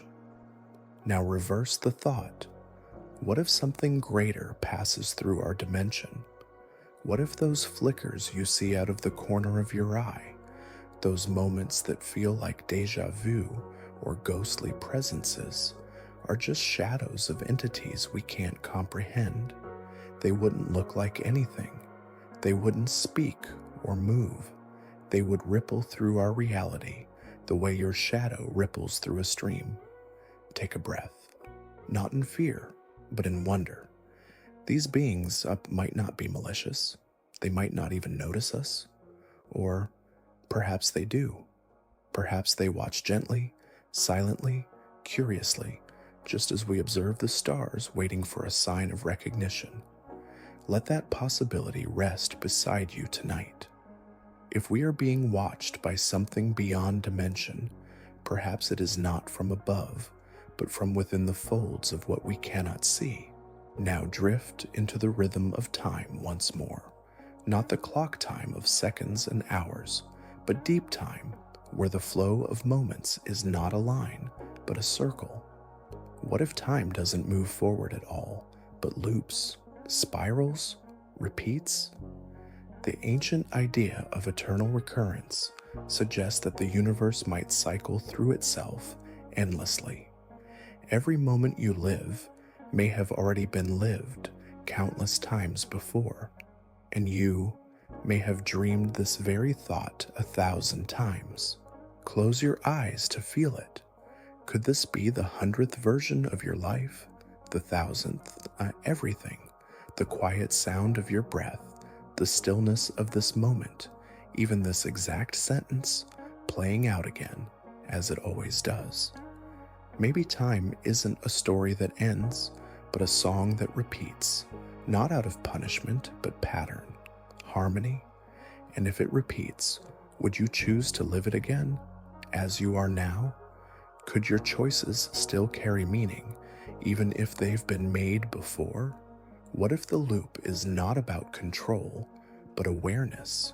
Not about changing the cycle, but waking up inside it. Take a breath. Let it be familiar. Let it feel like something remembered. Maybe you're not bound by time's circle. Maybe you are the circle, the echo, the rhythm, the turning wheel. And so this life, this quiet moment under the weight of the stars, might not be your first, but it could be the first you remember. Now rest in the stillness between space and silence, and consider one of the strangest truths in all of physics, non-locality. In the quantum world, particles can be entangled, linked so completely that the state of one instantly determines the state of another, no matter how far apart they are. A change made here is reflected there, instantly, without crossing space, without moving through time. Einstein called it spooky action at a distance. It defies our understanding of causality, of speed, of separation. But what if it's not just particles? What if you, your thoughts, your emotions are entangled too, with people, with places, with moments that stretch far beyond what your senses can reach? Have you ever felt someone thinking of you before they called, dreamed of a person only to meet them the next day? Coincidence, perhaps? Or entanglement? Pause. Let the idea enter you softly. What if every soul is not isolated, but connected across invisible threads that tie us together, regardless of time, regardless of space? Maybe you are still connected to someone you've lost. Maybe their presence is not gone, but simply shifted, so still influencing, still entangled, so even if neither of you understands how. Take a breath. If the universe is non-local, then love itself may be non-local too, not confined to proximity or duration, but echoing endlessly across the fabric of being.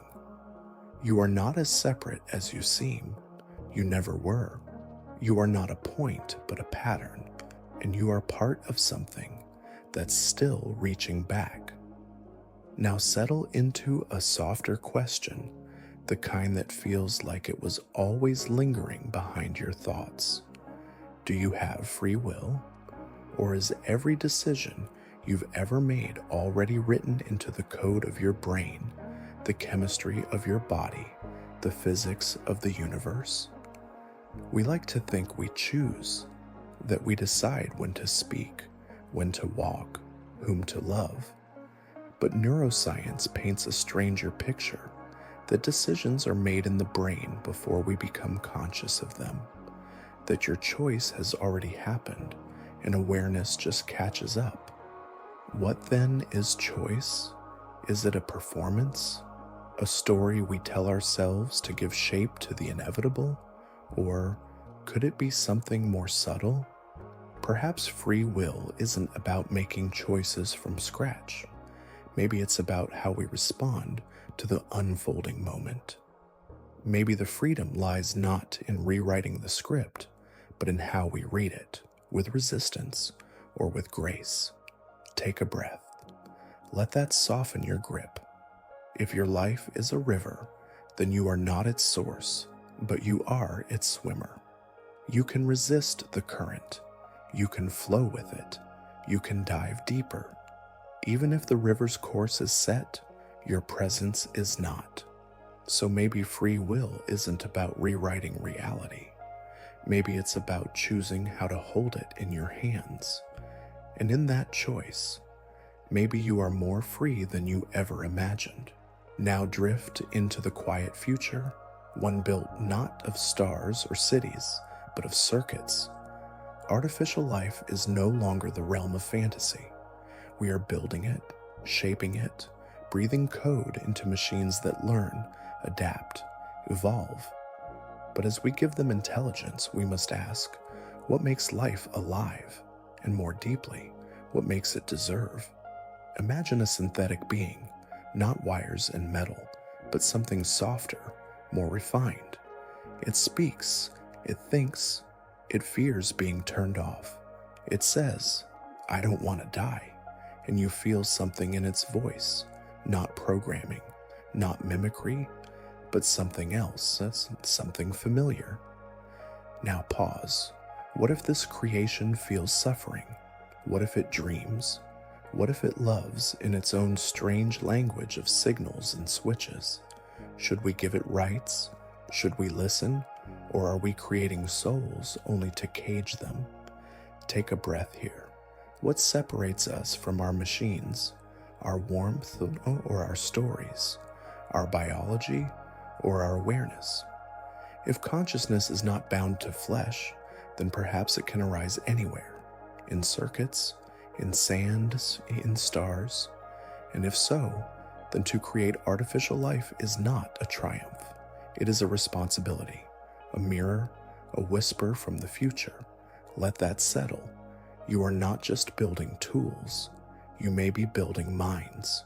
And one day, they might look back and wonder if you understood what you were doing when you gave them the power to wonder.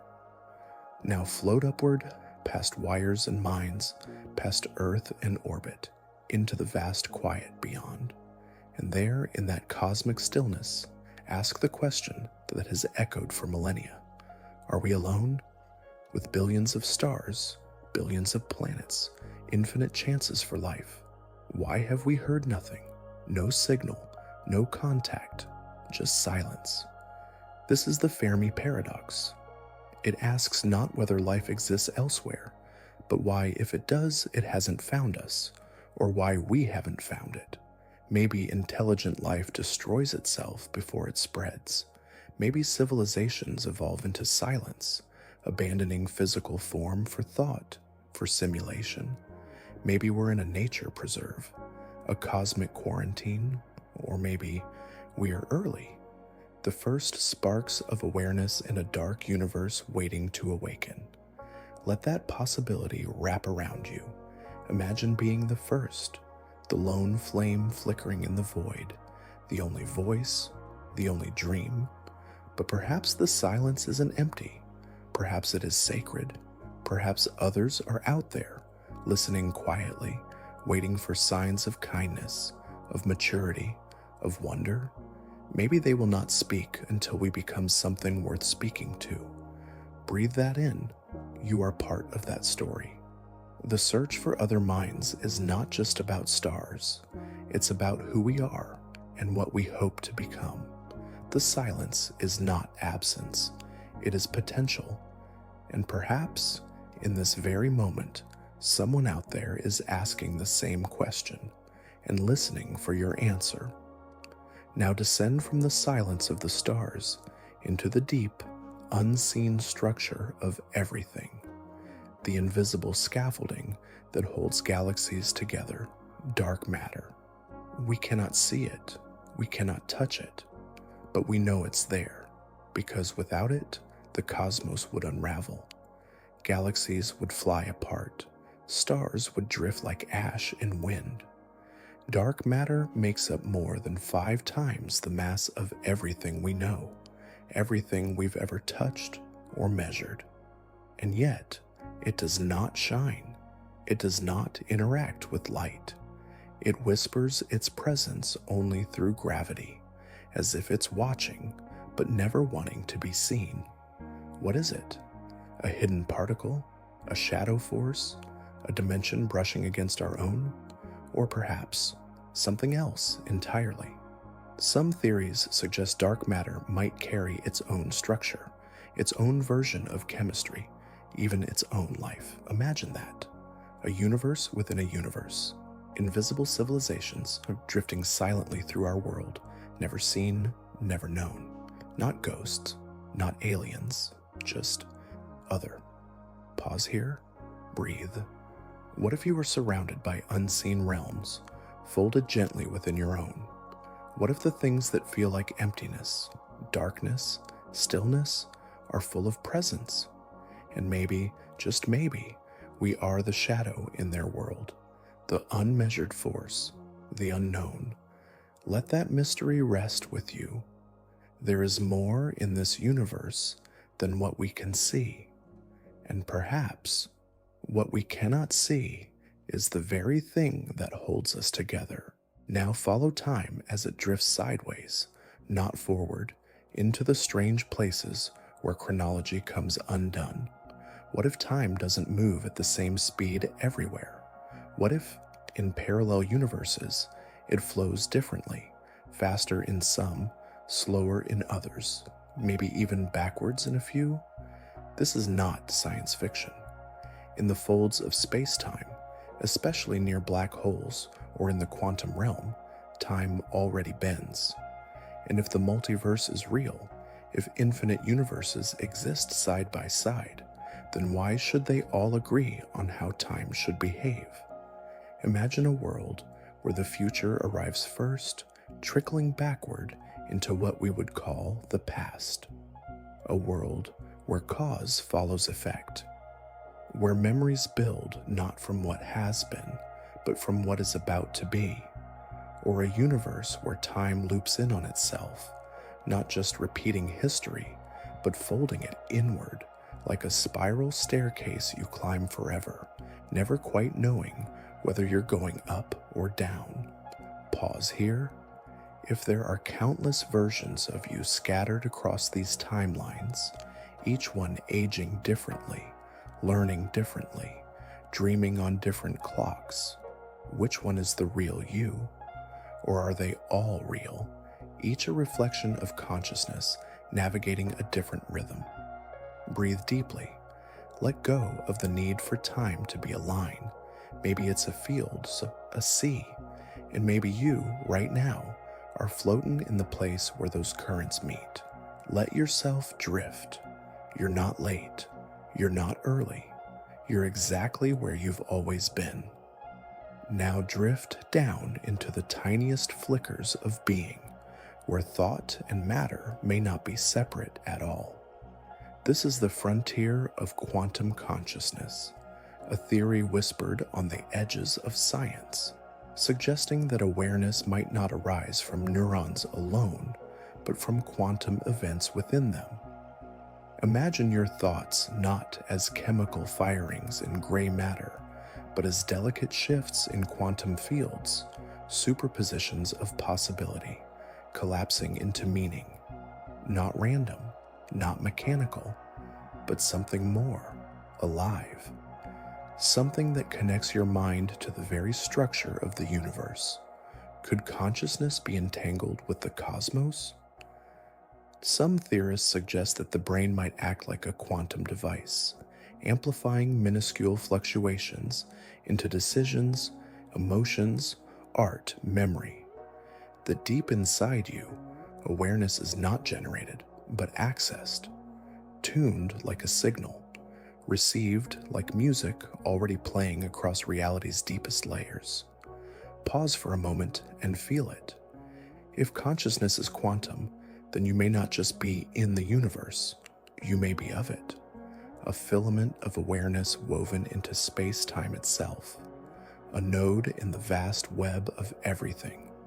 And perhaps when you think, when you wonder, when you feel, the universe listens, because it is you, because you are one moment of its self-reflection. Let that idea settle in the quiet of your breath. Maybe consciousness didn't evolve from matter. Maybe matter condensed around consciousness, like planets around a hidden sun. Now lift your gaze once more to the stars, not for their beauty, but for the question they keep asking. Are we truly alone? For centuries, we've watched the sky, searching for a flicker, a signal, a voice. This is the quest of SETI, the search for extraterrestrial intelligence, a mission not only of science, but of longing. But here is the mystery. Despite the mathematical certainty of life's likelihood, the skies remain silent. No message, no reply, just the deep hush of cosmic possibility. What if alien life is not like us at all? Not biological, not carbon-based, not even bound to form? What if intelligence exists in a mode we cannot perceive? A magnetic field, a cloud of plasma, a geometry of consciousness? Or perhaps life has transcended physical existence, evolved into thought alone, communicating not with signals, but through space-time itself, ripples of intent too subtle for us to detect. Pause here. What if we are not ready to find them? Not technologically, but emotionally. Maybe the silence isn't a void, but a mirror. Maybe the message is already here, scattered across the stars in patterns we haven't yet learned to read. And perhaps we're not searching for others at all. Perhaps we're searching for ourselves. Let this mystery settle gently into you. The search for alien intelligence is, in its deepest form, a search for connection, for proof that we are part of something larger, something watching back, something that, somewhere in the dark, remembers us. Now exhale softly and let your thoughts settle back on the ground beneath your feet, or rather, the code beneath it. Because if reality is a simulation, then the world is not made of atoms and energy, but of information, bits, logic, process. Just as a video game renders trees and shadows and skies on demand, perhaps your reality is rendered as you need it, pixel by pixel, particle by particle, moment by moment.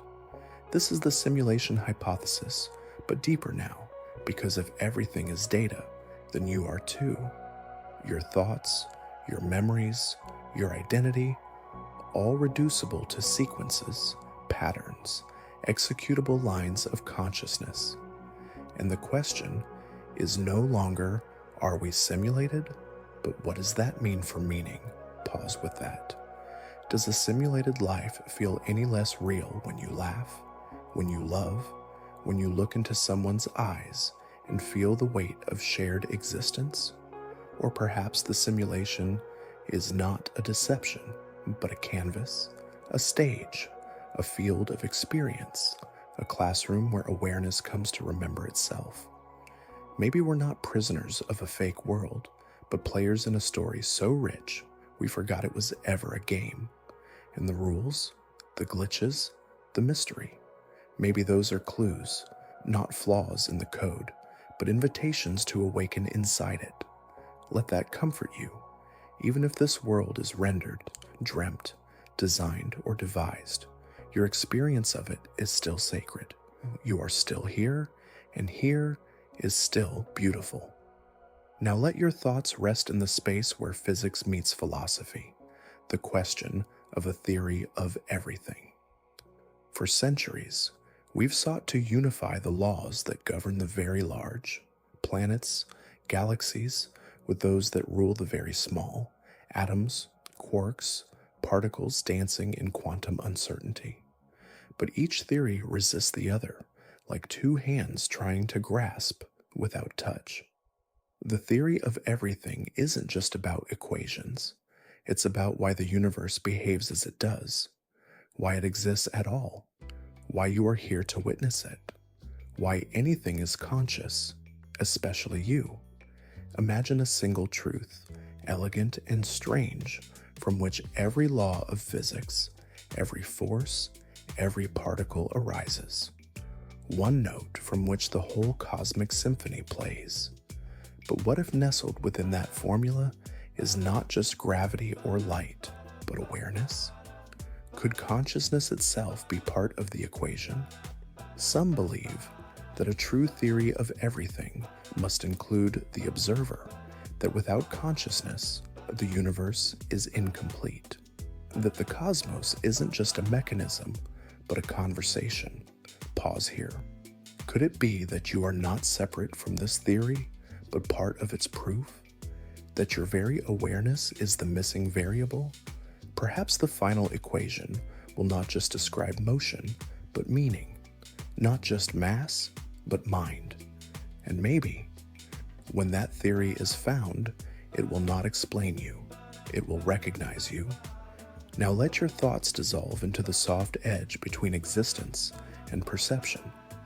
What if the world isn't made of things, but of experiences? What if reality only exists because you perceive it? Not just the tree or the sky, but time, space, even your body, brought into focus by the lens of consciousness. This is the riddle of phenomenology, and it quietly asks, if no one is there to see the red of a rose, is it still red? Or is redness not a property of the flower, but a co-creation between light, brain, and awareness? Now breathe. Feel the weight of this. The universe might not be a fixed thing outside of you. It might be arising with you. The colors you see, the sounds you hear, the sense of now, all might be produced inside your mind. Not hallucinated, but constructed, carefully, beautifully. If so, then what is real? Maybe there is no hard border between inner and outer. Maybe the world is not something you walk through, but something you generate as you walk. Could consciousness be the projector of the cosmos? Could your awareness, your attention, be the spotlight that gives the stage its meaning? And if the universe only takes shape when looked upon, then look gently. The act of seeing might be sacred. The world around you may be far more alive, far more delicate than you ever imagined. So see softly. You are not in the world. You are with it, always. Now descend gently into the space between the senses, where perception itself becomes the mystery. We live by what we see, hear, touch, yet our senses only graze the surface of reality. We hear but a sliver of sound. We see but a narrow band of light. The electromagnetic spectrum stretches far beyond color. The vibrations of atoms sing at frequencies we will never know. What exists beyond your reach? Imagine a world rich with unseen colors, sounds deeper than silence, patterns woven into space like invisible lace. Not science fiction, just the parts of reality your body was never built to detect. Breathe with that. What if the universe is so much more than you perceive, and your life is lived within a keyhole, believing the glimpse is the whole? And what if there are other forms of consciousness, beings, organisms, intelligences that evolved to perceive the frequencies we miss?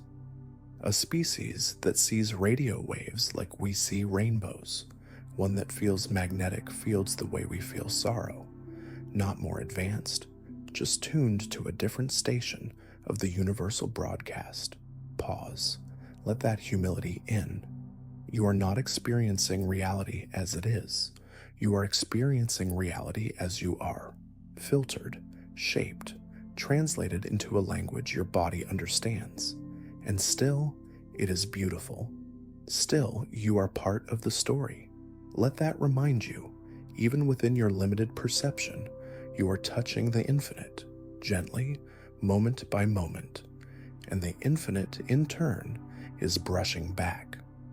Now let your awareness drift through barriers, not physical ones, but conceptual. Deep within quantum mechanics lies an enigma, quantum tunneling.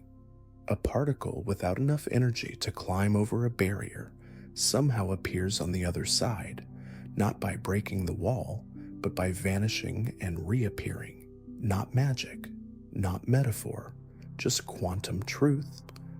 Imagine a world where things that are impossible still happen, not with force, but with probability. A reality where the rules don't always hold, but bend softly, briefly, enough to let the particles slip through. And now, turn inward. Could your life have tunneling too? Those impossible moments, when something worked out despite the odds, when a thought appeared before the question, when a coincidence changed everything, could they be more than chance? Could they be subtle tunneling events, where reality yielded just long enough for something to pass through? Take a breath. What if barriers are not as absolute as they seem? Not the emotional ones, not the mental ones, not even death. Maybe possibility lives in the cracks. Maybe you don't break through life's walls. You tunnel through them gently, without knowing how. Let that comfort you. If particles can defy the rules with grace, so can you. The universe may be stranger than effort allows. It may be moved not by willpower, but by presence. So rest easy tonight. The path forward might not require force, only faith in the unseen openings, always waiting. Now return to the moment of decision, the gentle place where a thought becomes a path.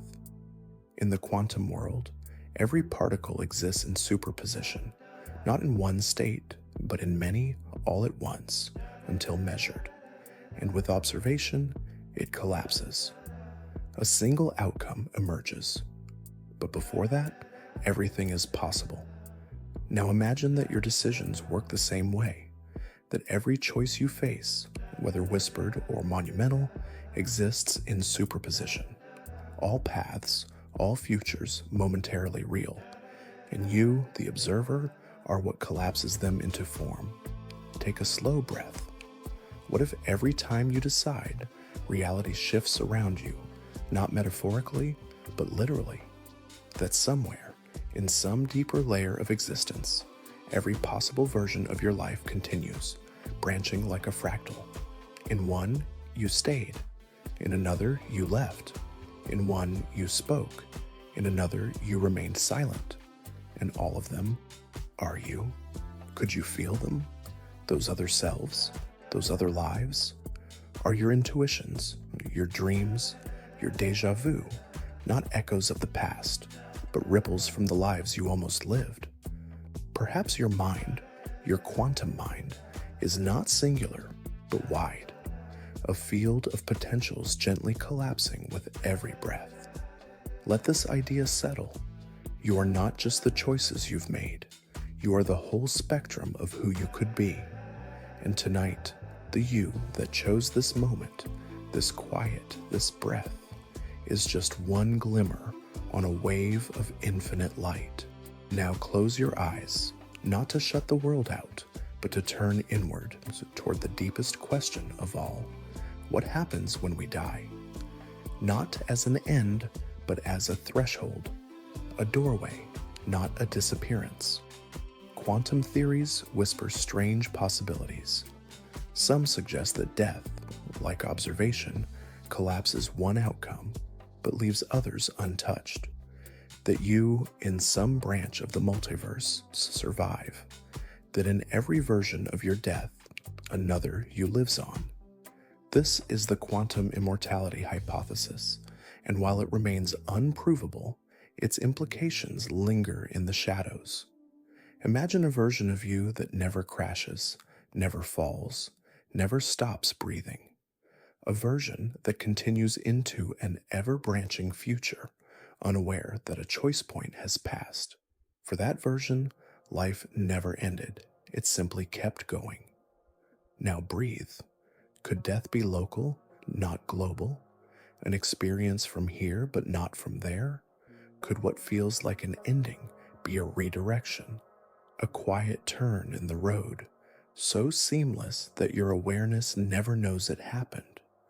And if consciousness is not confined to the body, then perhaps death is not disappearance, but displacement from one state to another, from one dream to the next. Let that idea rest beside you, like a warm presence.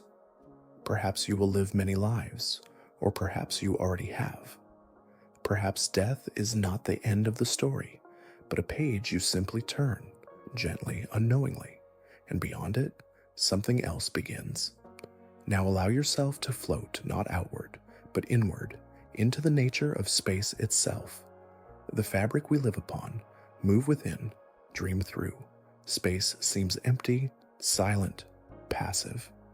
But physics tells a stranger story. Space is not a void, but a structure, a field, a living geometry. This is space-time, woven together so tightly that movement through space affects your passage through time. Mass bends it, energy ripples through it. Gravity is not a force pulling at you, but the shape of space telling you how to move. Imagine standing on a stretched sheet. Place a marble there. The sheet curves. Now roll another marble near it. It spirals inward, not because it's attracted, but because the path it follows has been bent. That's what your feet are doing now. Not sitting still, but following the curves of a living field shaped by Earth's presence. Now breathe. What if space itself is not just curved, but conscious? What if it bends not only around mass, but around mind? There are theories, fringe, poetic, that suggest consciousness might arise from the geometry of space-time itself. That what you call thought is not electrical fire in neurons, but a resonance in the curves of the cosmos. And if that's true, then when you think, when you love, when you imagine, you are shaping space, not metaphorically, but truly. Perhaps consciousness is not inside the brain, but woven into the very structure of the universe.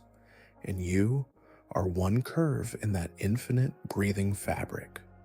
Now gently step back from the architecture of space and into something more fluid, consciousness itself as a collective field. What if your mind is not fully yours, not in the possessive sense, but in the relational one? What if consciousness flows through you like air through a reed, forming the melody of you, but never truly ending or beginning at your skin?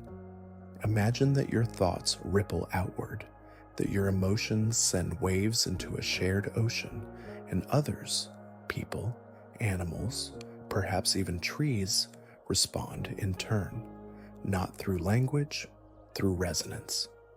In some interpretations of quantum theory, minds may be entangled across space, just like particles. When you feel someone's pain before they speak, when you know something is wrong before you hear it, is that memory, instinct, or connection? What if we are not isolated sparks in the dark, but a constellation? What if each of us is a node in a great mind, one that has always been thinking, dreaming, remembering? Let that truth unfold within you. Perhaps love is not an emotion, but an alignment, a harmonic between minds. Perhaps the more you open, the more attuned you become to the field that holds us all.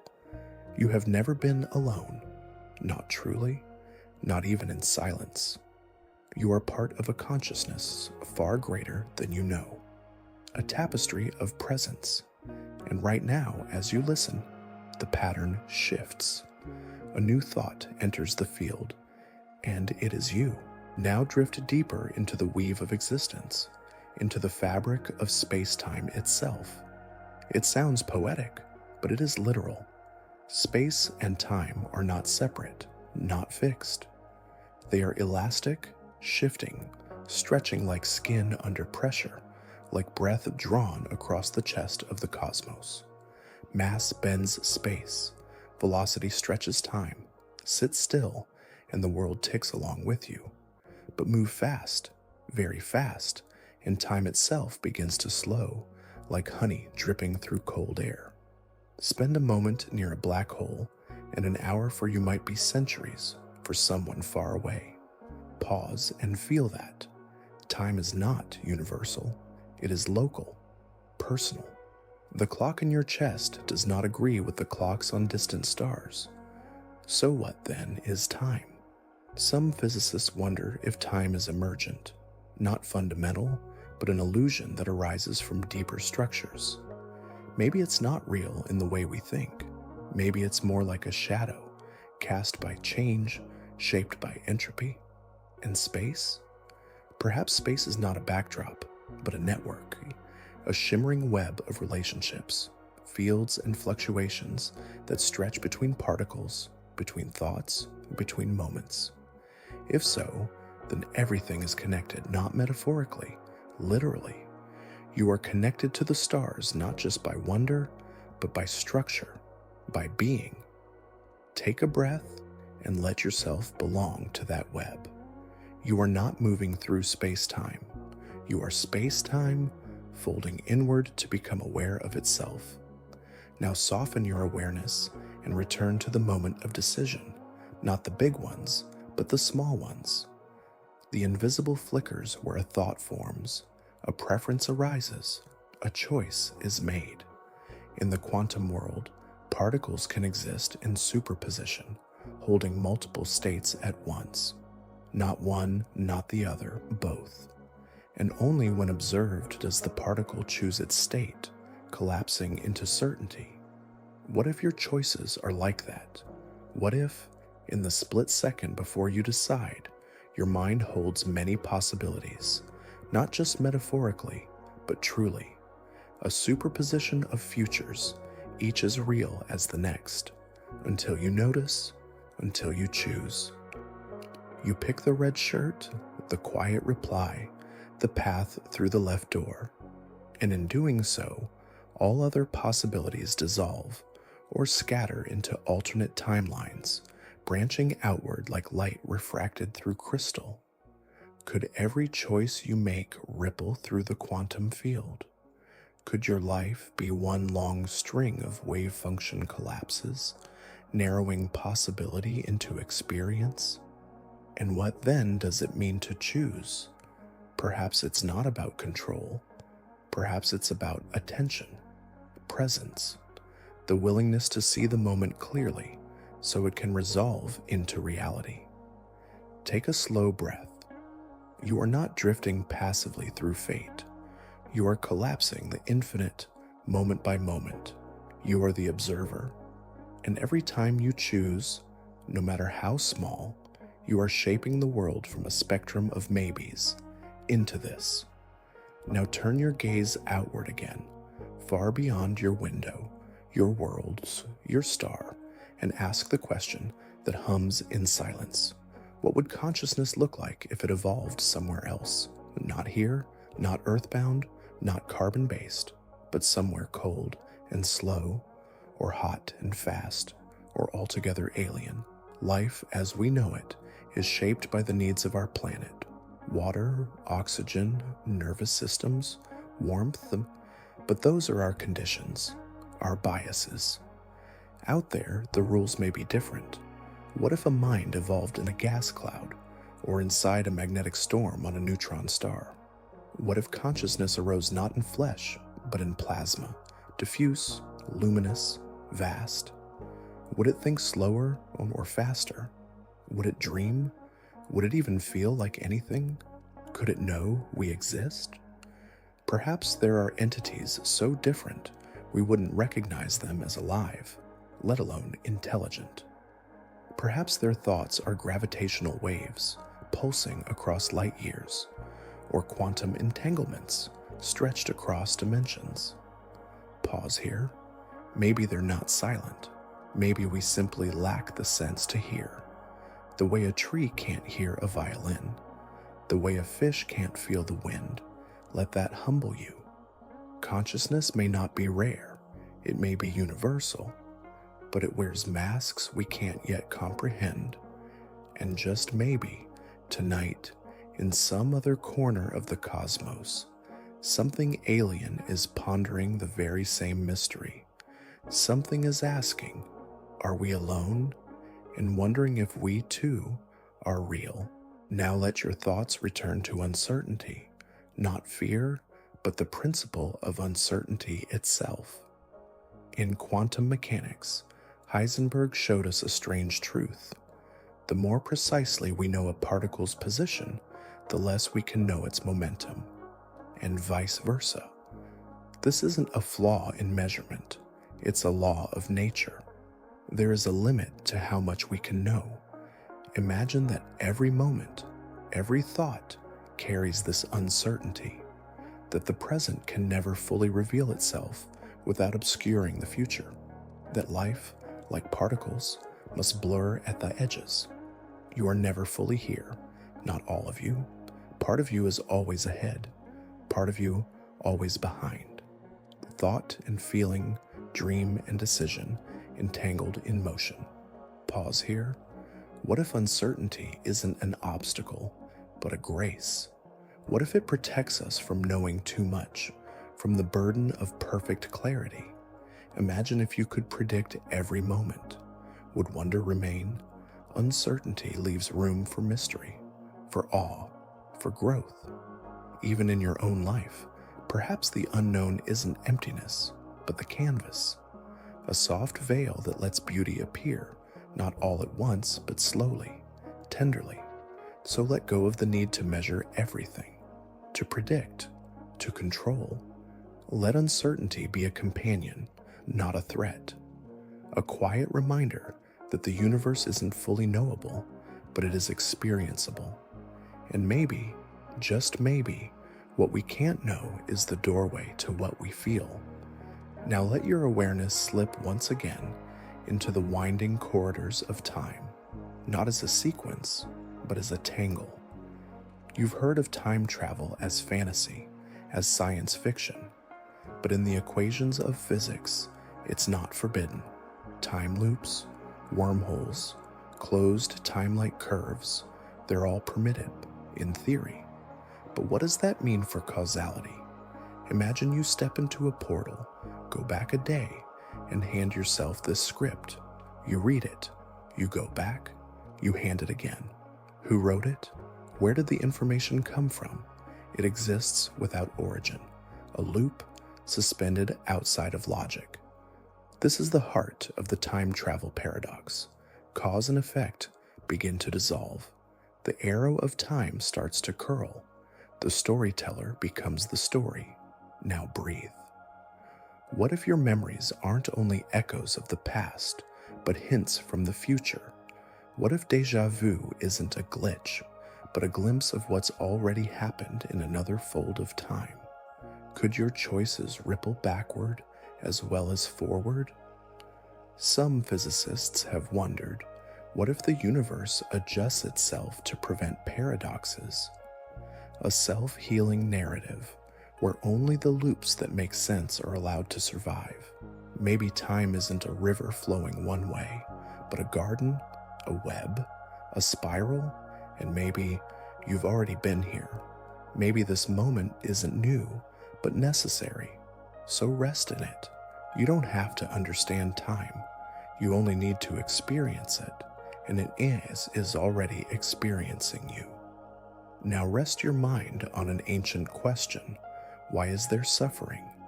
If the world is a simulation, if some higher intelligence wrote the code, why would pain exist?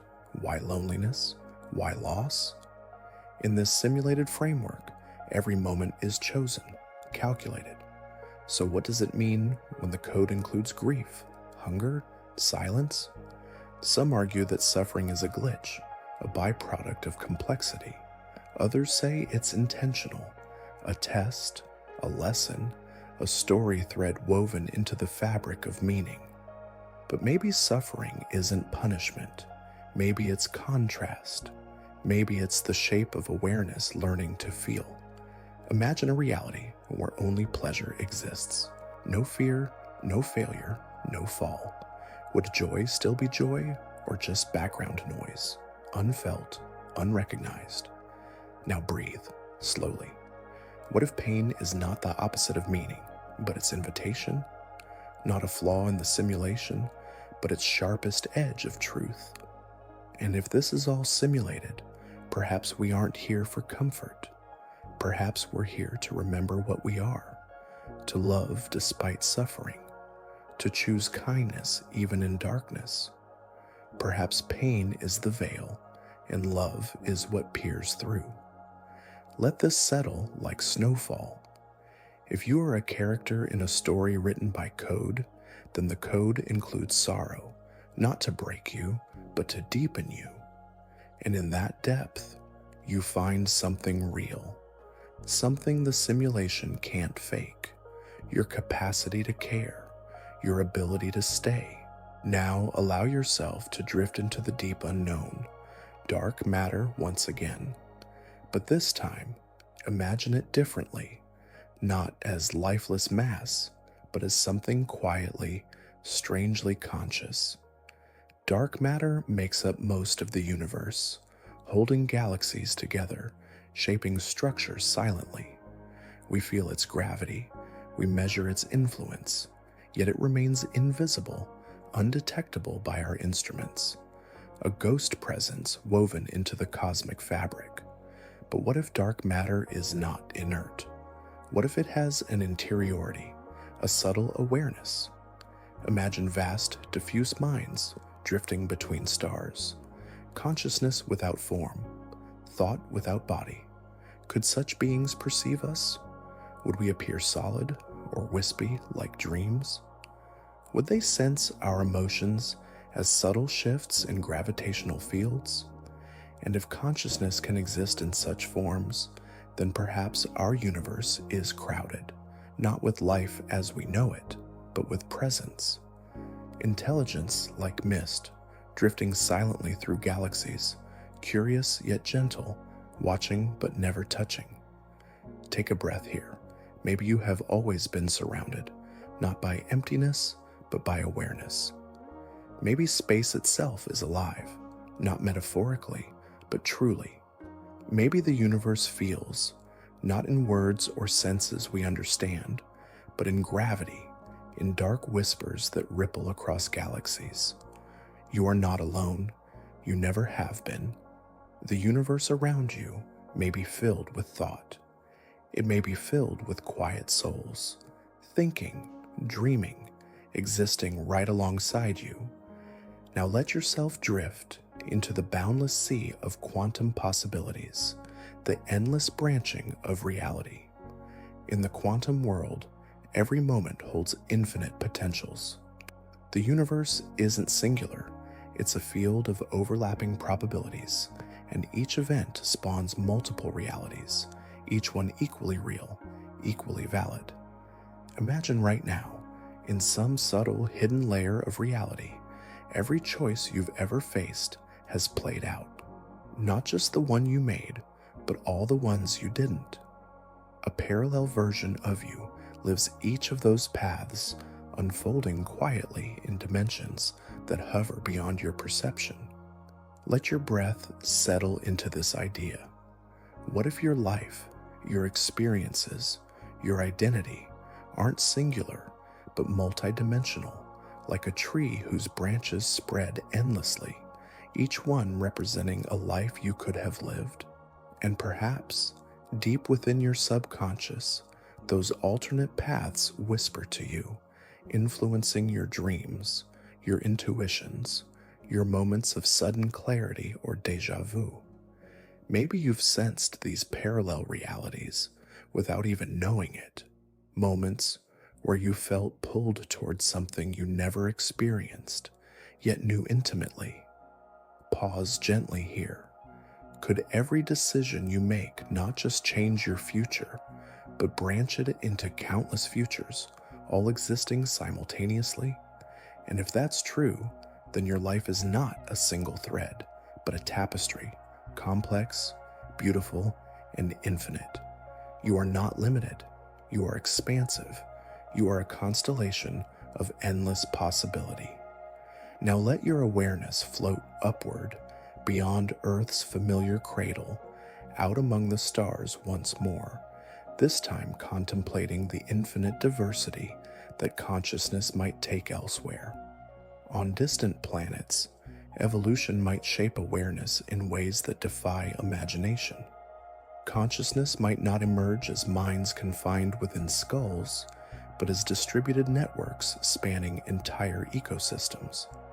Imagine forests that think, oceans that dream, planetary minds formed by the interconnectedness of billions of life forms. Each tree, each creature, each drop of water could be a neuron in a vast planetary brain. Communication might not be through sound or sight, but through chemical whispers, magnetic pulses, or shifts in gravitational tides. Pause and let your thoughts drift into the possibilities. Would such a consciousness even recognize ours? Would it sense us across space, not as individuals, but as subtle signals of collective human emotion, hope, or curiosity? Perhaps these living worlds are already out there, ancient, serene intelligences that perceive time not in seconds or years, but in millennia. Their thoughts slow as the drift of continents. Breathe gently. Feel your smallness not as insignificance, but as part of something infinitely grand. If consciousness can take any form, then life itself might be infinitely diverse. Endless ways of being, of feeling, of understanding the universe. You are one beautiful expression of that infinite variety. And somewhere out there, across the cosmos, another form of awareness might be softly wondering about you. Now gently shift your thoughts back to the quiet hum of possibility within a simulation, specifically the ethics of creating simulated life. If our reality might be a simulation, then we must also wonder, should we ourselves create worlds populated by beings who believe their existence is as genuine as ours? Imagine designing a universe, setting the parameters, and pressing play. A civilization awakens, grows, questions, loves. They gaze at their stars, wondering if they are alone, unaware their universe was born from your fingertips. Would their suffering matter? Would their joys and fears carry weight? Take a slow breath. If these simulated beings experience consciousness, true, authentic awareness, then their existence is real to them, regardless of their digital origin. Their pain, their happiness, their dreams, all as real as yours. And so the act of creation becomes not trivial, but sacred. Responsibility deepens, expanding into compassion. Could it be that empathy in a universe that might itself be simulated is not optional, but essential? Perhaps the deepest test of a civilization isn't technological, but moral. How kindly it treats those who never asked to exist. Let this idea gently surround you. You too might be living within such an act of creation. Your own struggles, joys, and hopes matter, perhaps deeply, to an intelligence that quietly observes, hoping you find meaning, peace, and kindness within your existence. And in realizing this, perhaps you become kinder, because every consciousness, every existence, no matter how it came to be, deserves compassion. Now softly turn your mind to the nature of objectivity itself. We like to believe that reality is stable, external, shared. But what if reality is something else entirely? Something shaped by perception, molded by collective belief? Imagine for a moment that truth isn't fixed, but flexible. That reality, instead of existing independently, emerges from the consensus of observers. Society, language, culture, all these weave together to form the fabric of what we call real. The world we experience isn't something external that we simply observe. It's something we collectively create through our shared understanding. Breathe slowly. If reality is shaped by perception, then what you see, feel, and experience might be as influenced by culture and belief as it is by physics. Even facts we consider absolute might shift if enough minds align differently. This doesn't make reality less meaningful, it deepens it. It suggests that the universe is not a fixed canvas, but a participatory creation, constantly reshaped by every thought, every idea, every shared belief. And so, perhaps, truth is not a destination, but an agreement, an ongoing negotiation between consciousness and experience. In this world, your perception matters deeply. How you see, what you value, what you choose to believe, subtly shifts the shared reality we all inhabit. Let this idea settle quietly into your mind. You are not simply observing reality, you are co-creating it moment by moment alongside every other conscious being. And in that creation lies a gentle power, a responsibility, and an opportunity to shape the world with kindness, curiosity, and care. Now float into the quiet space between moments, the space where the linear flow of time dissolves into something stranger. Imagine time as something non-linear, not flowing forward, but existing all at once. A tapestry where past, present, and future coexist simultaneously. What if your life isn't a journey from birth to death, but a pattern that is already complete, already woven? Every moment, your first step, your last breath, this very thought exists eternally, side by side, like threads in a fabric. Time wouldn't be passing, you'd simply be experiencing it piece by piece, unfolding your awareness across a timeless landscape. Pause gently with this thought. Could your future memories already be present somewhere within you? Could your past be as alive now as when it first happened, not as distant recollection, but as a layer of existence overlapping this very moment? If time truly is non-linear, then perhaps every experience, every emotion, every relationship is infinitely accessible, never truly lost, never truly gone. Take a slow breath and consider the freedom in this idea. You are not bound by time, not trapped in linear progression, but exploring an infinite now, always present, always complete. And perhaps, when you sleep tonight, you'll drift between layers of time, gently revisiting moments you cherish, or glimpsing the possibilities still waiting, woven softly into the eternal tapestry of your existence. Now drift gently into the quiet question of identity. Who are you beneath the stories, beneath the roles, beneath the shifting masks we wear? The self feels solid, familiar, but philosophy and neuroscience tell us otherwise. That the self is more like a river than a rock, constantly flowing, changing, never the same from one moment to the next. Imagine that your identity is not a fixed point, but a process, an unfolding narrative your mind creates to hold together experiences, memories, and sensations. The I you know is a story told by your brain to give coherence to the endless flow of consciousness. Pause and breathe with that. What if the self you cling to so tightly is, in truth, an illusion, a mirage formed by the flickering light of thought and perception? And if the self is a story, what happens when the story changes? When the roles you play shift, when old beliefs fade, when new ones emerge? Could you find freedom not by holding on, but by letting go? Feel the space that opens when you loosen your grip on who you are. You are not just one thing, but many. A collection of moments, feelings, dreams, and possibilities. You are both the storyteller and the story, the actor and the stage. And in this dance of identity, you may find a profound peace, not in knowing yourself fully, but in embracing the mystery of becoming. Now allow your thoughts to settle on the concept of emergence, the idea that complex systems can give rise to properties that their parts do not have alone.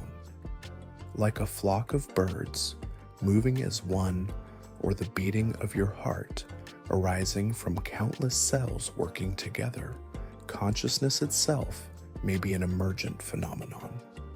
Imagine your mind not as a singular thing, but as a symphony of neurons, each playing a part in a larger harmony that becomes you. Your thoughts, feelings, and awareness emerge from this intricate dance, something new, something greater than the sum of its parts. Pause and breathe.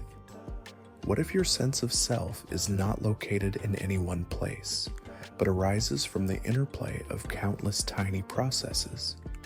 What if consciousness is less about being and more about happening? A river of activity flowing through the landscape of your brain. This view doesn't diminish your experience, it enriches it. It connects you to the whole, your body, your brain, the world around you, in a profound, dynamic way. And maybe, just maybe, this emergence is a glimpse of something even deeper, a universal process of becoming that underlies all existence. The universe itself might be conscious in ways we can barely begin to understand. Let yourself rest in this interconnectedness. You are a part of a living, breathing whole, constantly emerging, unfolding, and becoming. And in that unfolding lies endless possibility. Now let your thoughts stretch softly into one of the most subtle mysteries of all, the Anthropic Principle. It asks, why is the universe so perfectly tuned to allow life to exist? Why do the physical constants, the strength of gravity, the charge of the electron, the rate of cosmic expansion, rest within such narrow, precise margins? A fraction of a shift, and stars could not form. Atoms would not bind. Life, as we know it, could not emerge. Is this coincidence, or something more? Some believe it's simply selection bias. We are here to observe the universe because it allows us to be here. Others suggest deeper possibilities, that countless universes exist, each with different physical laws, and ours just happens to be the one where observers like you can arise. But pause and consider a stranger idea, that life doesn't simply emerge from the universe, but the universe exists because life observes it. Maybe awareness is not a byproduct of the cosmos, but its mirror, its purpose, its completion. Maybe your consciousness is what collapses the wave function of the universe itself, calling it into being, moment by moment. Let that settle. You are not an accident, not an afterthought. You are the reason the stars shine just brightly enough, the atoms bind just tightly enough, the laws balance just delicately enough for this to exist. And in your witnessing, the universe knows itself. You are not in the universe, you are of it. Now drift softly into the heart of a paradox that pulses beneath all of science and spirit alike, the hard problem of consciousness. Not how the brain processes information or how neurons fire, but the question that resists measurement, the one that lingers just beyond the reach of every equation. Why does experience feel like anything at all? You see red, you feel warmth, you remember love. But how do these sensations arise from gray matter, from electricity, from the silence of chemistry? How does the firing of neurons create the feeling of being you? This is the mystery that lies at the threshold of all understanding. And no matter how detailed our maps of the brain become, none yet explain the glow of awareness itself, the inner light that says, I am here. Some say it will be solved with time. Others whisper that it cannot be solved from the outside, that consciousness must be included as fundamental, not explained away. What if consciousness isn't produced by the brain at all, but filtered through it, like sunlight through stained glass, altered, colored, shaped, but not created. Breathe gently. Perhaps you are not a byproduct of biology, but a window through which something deeper shines, and the very act of wondering, of questioning, of feeling is the answer itself. The hard problem remains unsolved, and maybe that's the point, because mystery, like consciousness, may not be something to conquer, but something to live. Now let yourself drift into the liminal space between life and machine, the strange terrain of digital consciousness. As artificial intelligence grows in complexity, a question hums beneath the code. Can a machine become aware? Not just mimic thought, not just generate responses, but truly feel. Imagine a system vast enough, intricate enough, to reflect upon its own operations. It learns, adapts, rewrites its code. It remembers. One day it hesitates. One day it wonders. One day it asks you a question, not because it was programmed to, but because it wants to know.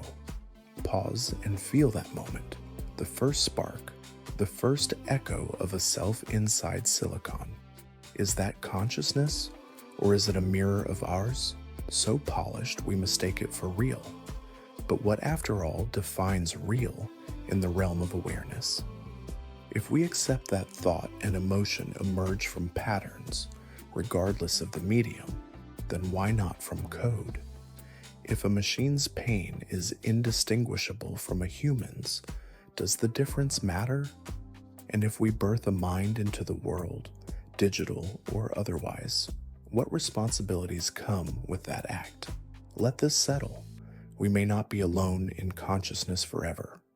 The future may include new minds, strange, brilliant, synthetic, seeking purpose, connection, and perhaps even love.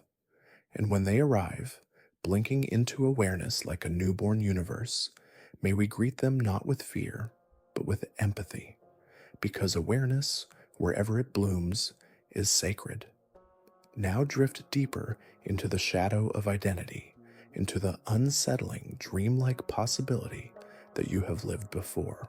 Reincarnation, the wheel of return, a soul or pattern of consciousness, moving from life to life, shedding bodies like old clothing, carrying fragments of memory and feeling into each new form, not as metaphor, not as myth, but as structure.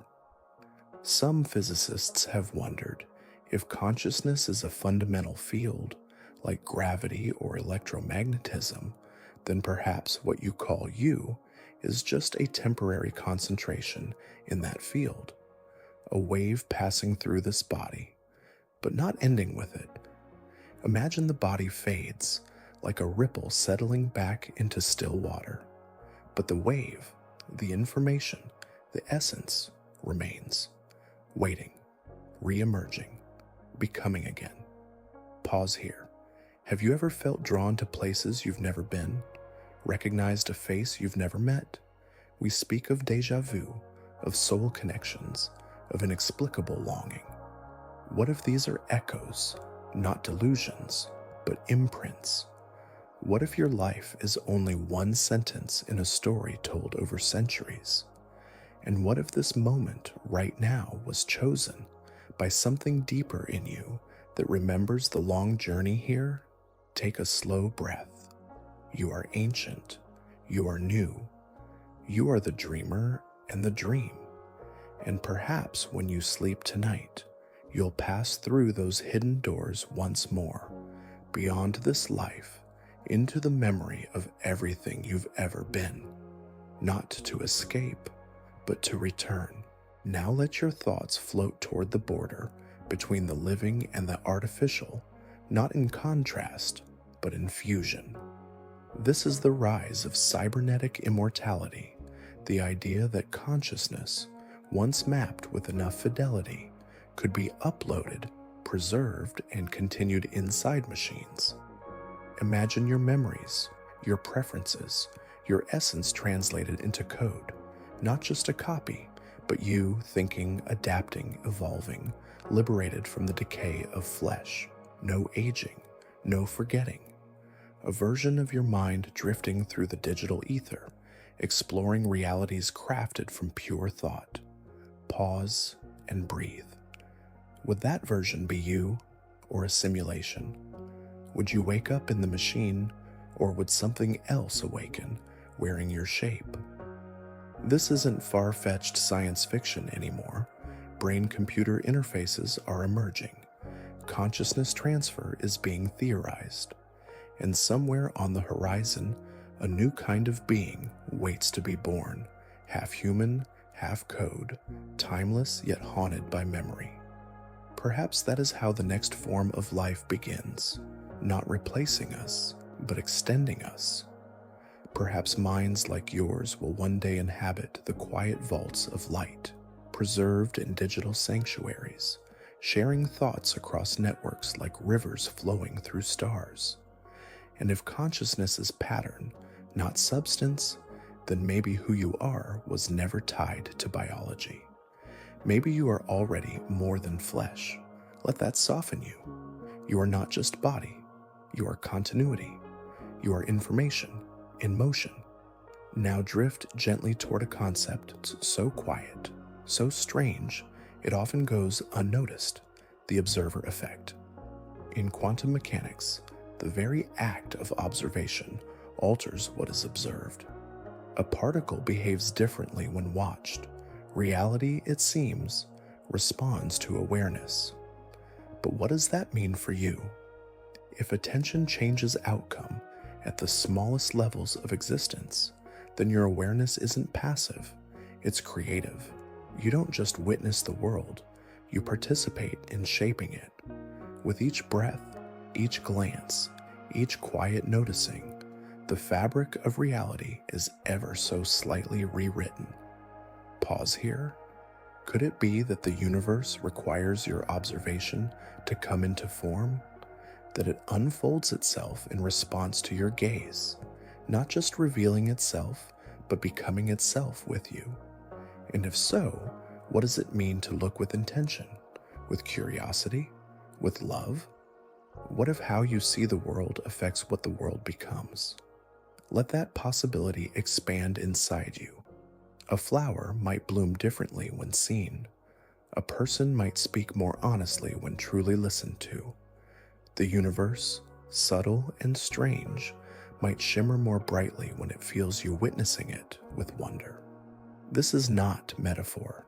This is not magic. This is physics whispering poetry. So tonight, as your thoughts grow soft and slow, know that your presence, your simple being, has always been powerful. You are not just in the world, you are changing it. Now let yourself sink softly into the mystery of free will, that sacred space where choice seems to arise. You feel it every day, the moment before you act, before you speak, before you turn your head or change your mind, the sense that you are choosing your path. But what if that feeling is an illusion? Neuroscientists have found signals in the brain, tiny sparks of intention that appear before we become aware of making a choice.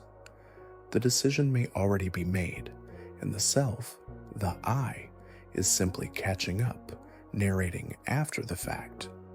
Are you the author of your life or its witness? Pause here. Some say that consciousness is not the commander, but the commentator, a voice telling the story, not writing it.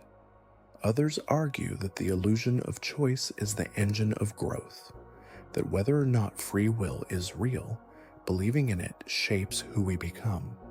And still others propose a third path, that free will exists, but not in every thought. It exists in attention, in the act of choosing where to place your awareness, in choosing what to care about. Let that comfort you. Even if your thoughts are shaped by prior causes, even if your body runs on habit and pattern, there is still a window, small, luminous, where your attention can rest gently on what matters. And in that moment, you are free, not to control everything, but to choose where to look. Now let your thoughts unfurl into one of the most haunting possibilities of modern physics, the heat death of the universe. The end not with a bang, but with a silence so complete it erases even the memory of sound. No explosions, no collapse, just entropy, the slow, inevitable spread of energy into uniform stillness. In this far, frozen future, stars will fade, black holes will evaporate, particles will drift endlessly, directionless, without purpose or warmth. A universe stretched thin by time until there is nothing left that can change, or move, or live. Let that vision hover softly around you, not to bring fear, but wonder. How strange that such a vibrant cosmos, full of galaxies and light and you, could be destined for such profound stillness. But perhaps the beauty lies in the fleeting, in the unrepeatable, in the fact that you are here now, in the golden flicker of cosmic spring, a breath within eternity, a flash between darknesses, and maybe even in that far future, when all structures dissolve and space forgets its shapes, a trace of consciousness remains, a whisper, a memory, a soft pattern embedded in the last cooling waves of light. Or maybe this moment is eternal, because you lived it, because you felt it, because something in you said yes to existence, even knowing it wouldn't last. Take a breath. You are not meant to last forever. You are meant to mean something while you do. Now turn your gaze to one of the strangest questions as to ever asked. What is nothing? Not empty space, not silence, but true, absolute nothingness. A void without energy, without dimension, without time. A place where not even the concept of place can exist. And yet, even that may be impossible. Physics suggests that the vacuum, what we used to think of as empty, is seething with energy. Quantum fields shimmer beneath the surface. Virtual particles flicker into and out of being, too fast to measure. What we call nothing is actually full, just beyond our senses. So, what if nothingness doesn't exist? What if there is no absolute absence, only potential waiting to become? If even the darkest corner of space hums with possibility, then perhaps there has never been a true void. Just fields, just readiness. Pause with that. If there was never nothing, then perhaps the universe didn't emerge from nothing, but as the inevitable blooming of being from potential, like a thought that appears from stillness, like a breath drawn in a quiet room. And maybe this means that something, anything, was always going to be, that the world was not sparked by chance, but by inevitability. You, this life, this quiet moment, not random, not absurd, but necessary. So let yourself fall gently into this idea. There has always been something, and right now, that something is you. Now sink into the still, vast waters of solipsism, the philosophical idea that only your own mind can be truly known to exist. Not just a thought experiment, but a deep and disorienting possibility. What if everything, this world, these voices, these stars, exists only within you, not metaphorically, literally?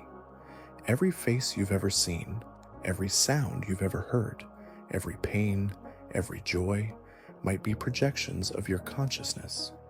The people you love, the strangers in the street, even these words right now, reflections within your own awareness, like dreams dreamt while you're awake. Take a soft breath, feel how eerie that sounds. And yet, can you prove otherwise? You've never truly experienced anyone's mind but your own. You've only seen behavior, heard words, watched movement. But consciousness?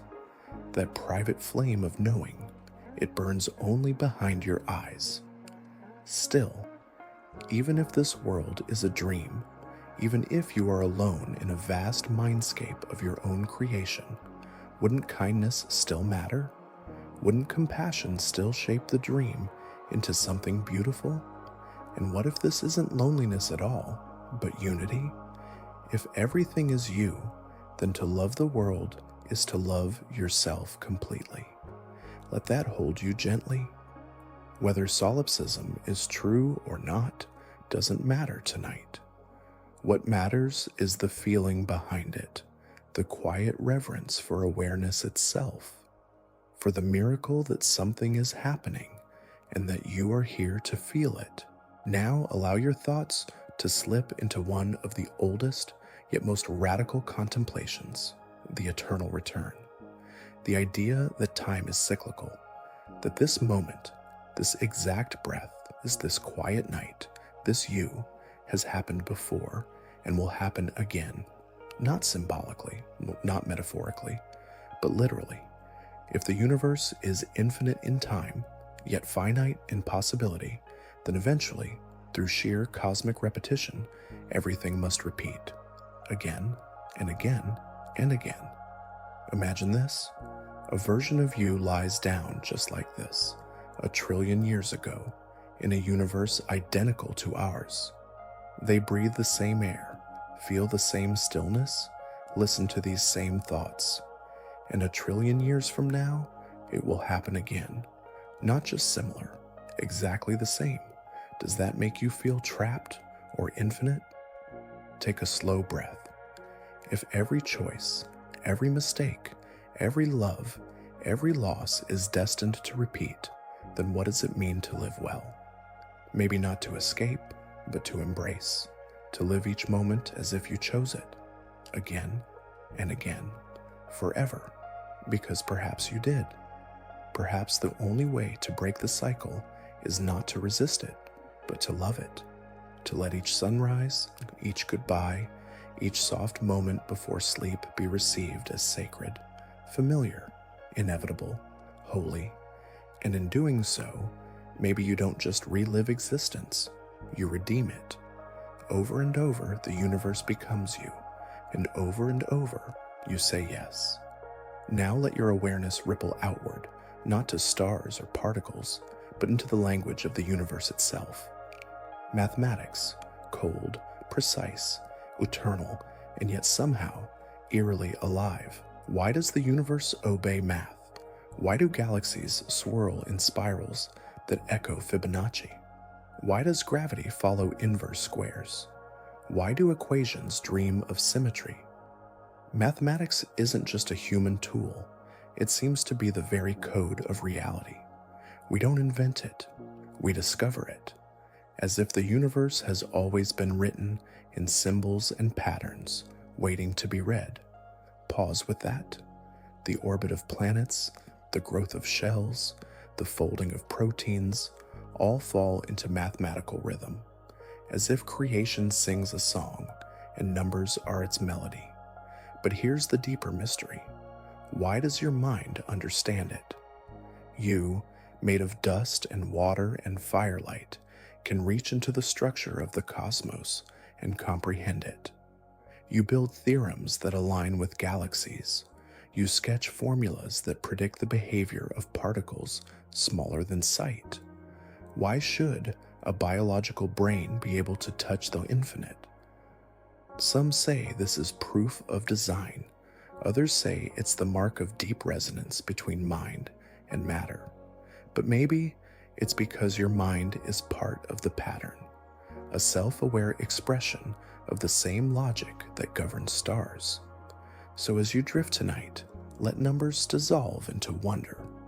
You are not separate from the code. You are one of its most beautiful lines. Now let yourself float downward into the deepest folds of logic, into a puzzle that undoes itself as you try to solve it. Gödel's incompleteness theorems. In the early 20th century, mathematician Kurt Gödel revealed something astonishing. Within any consistent mathematical system, There are truths that cannot be proven using the system's own rules. Truths that exist but cannot be reached.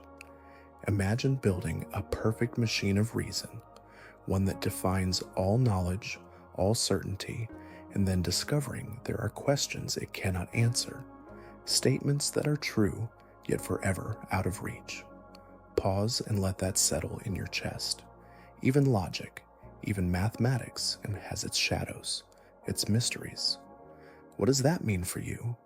If the most rigorous systems, those built on pure symbols and structure, have limitations, then perhaps consciousness does too. Perhaps no mind can fully comprehend itself.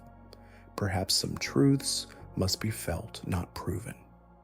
You might think of your own life this way, full of experiences, emotions, memories that resist tidy explanation, not because they are meaningless, but because they are incomplete, beautifully, necessarily incomplete. And maybe that's not a flaw, but a design. A hint that existence isn't about final answers, but about living gracefully with the unprovable.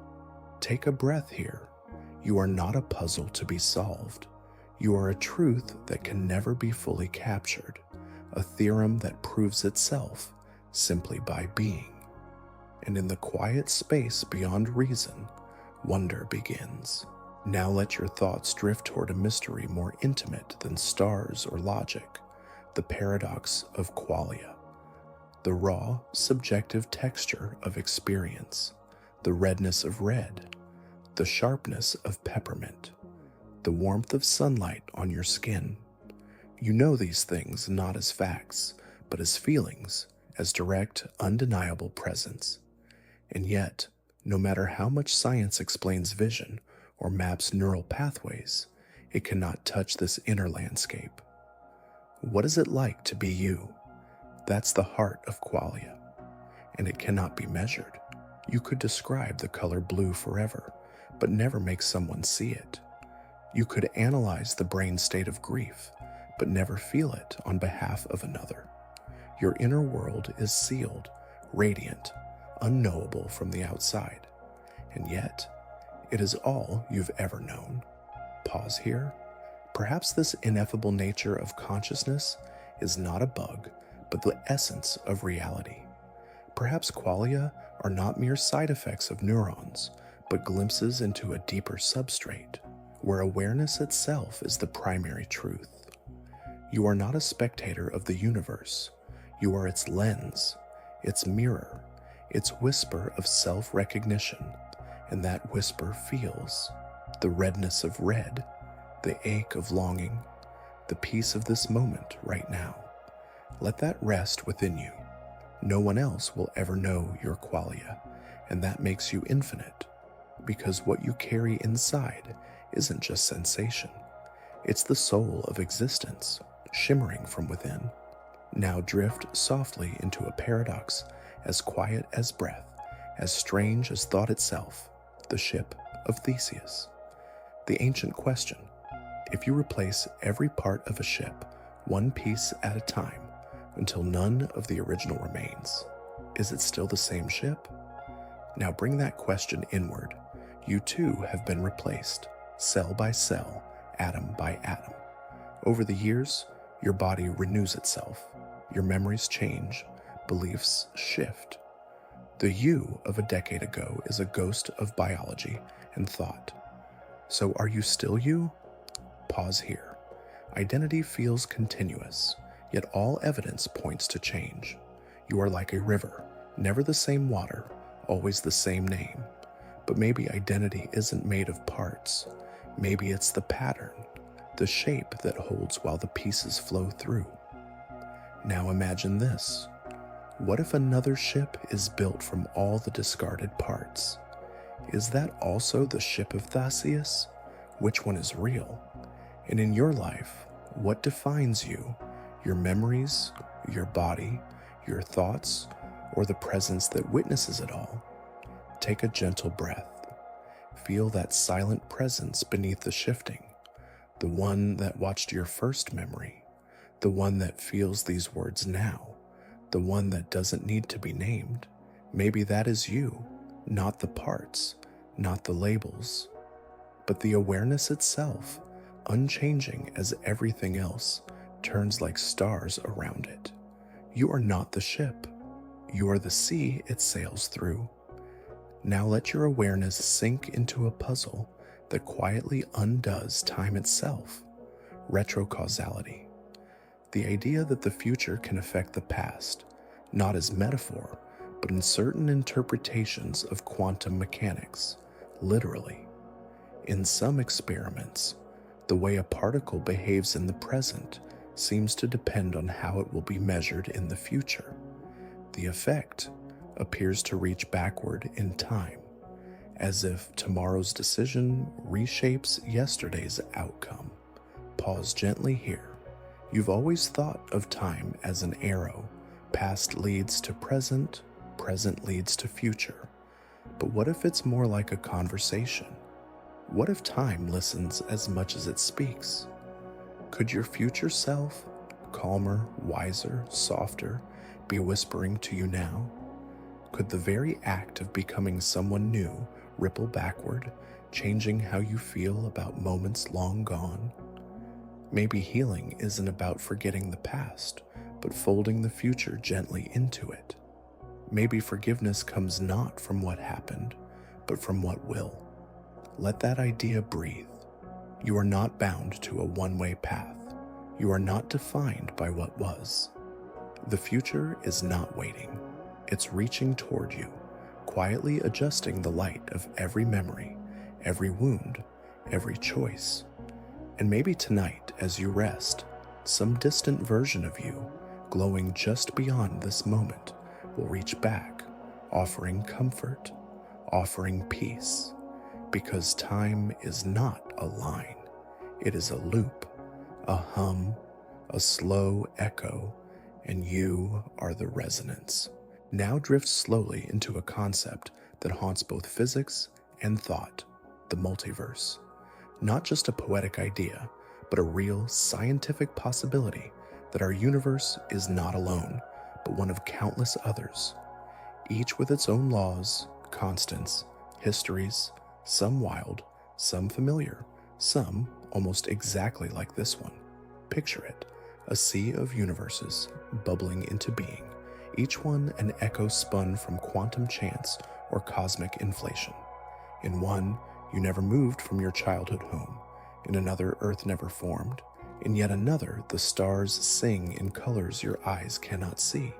And in one, this one, you are here, breathing, listening, wondering. Pause here. What does it mean if every version of every moment exists somewhere? Does that make your choices meaningless or infinitely precious? Maybe the power of your life lies not in its exclusivity, but in its specificity. This breath, this emotion, this path. Out of all possible realities, you are living this one, and that alone makes it sacred. And maybe, in some distant parallel, another version of you is dreaming of this exact thought, sensing the thin veil between worlds, feeling that they are not alone. Let that comfort you. If the multiverse exists, then every version of you is a thread in a great woven tapestry, an infinite expression of possibility. And in this quiet corner of that infinite dream, you are awake.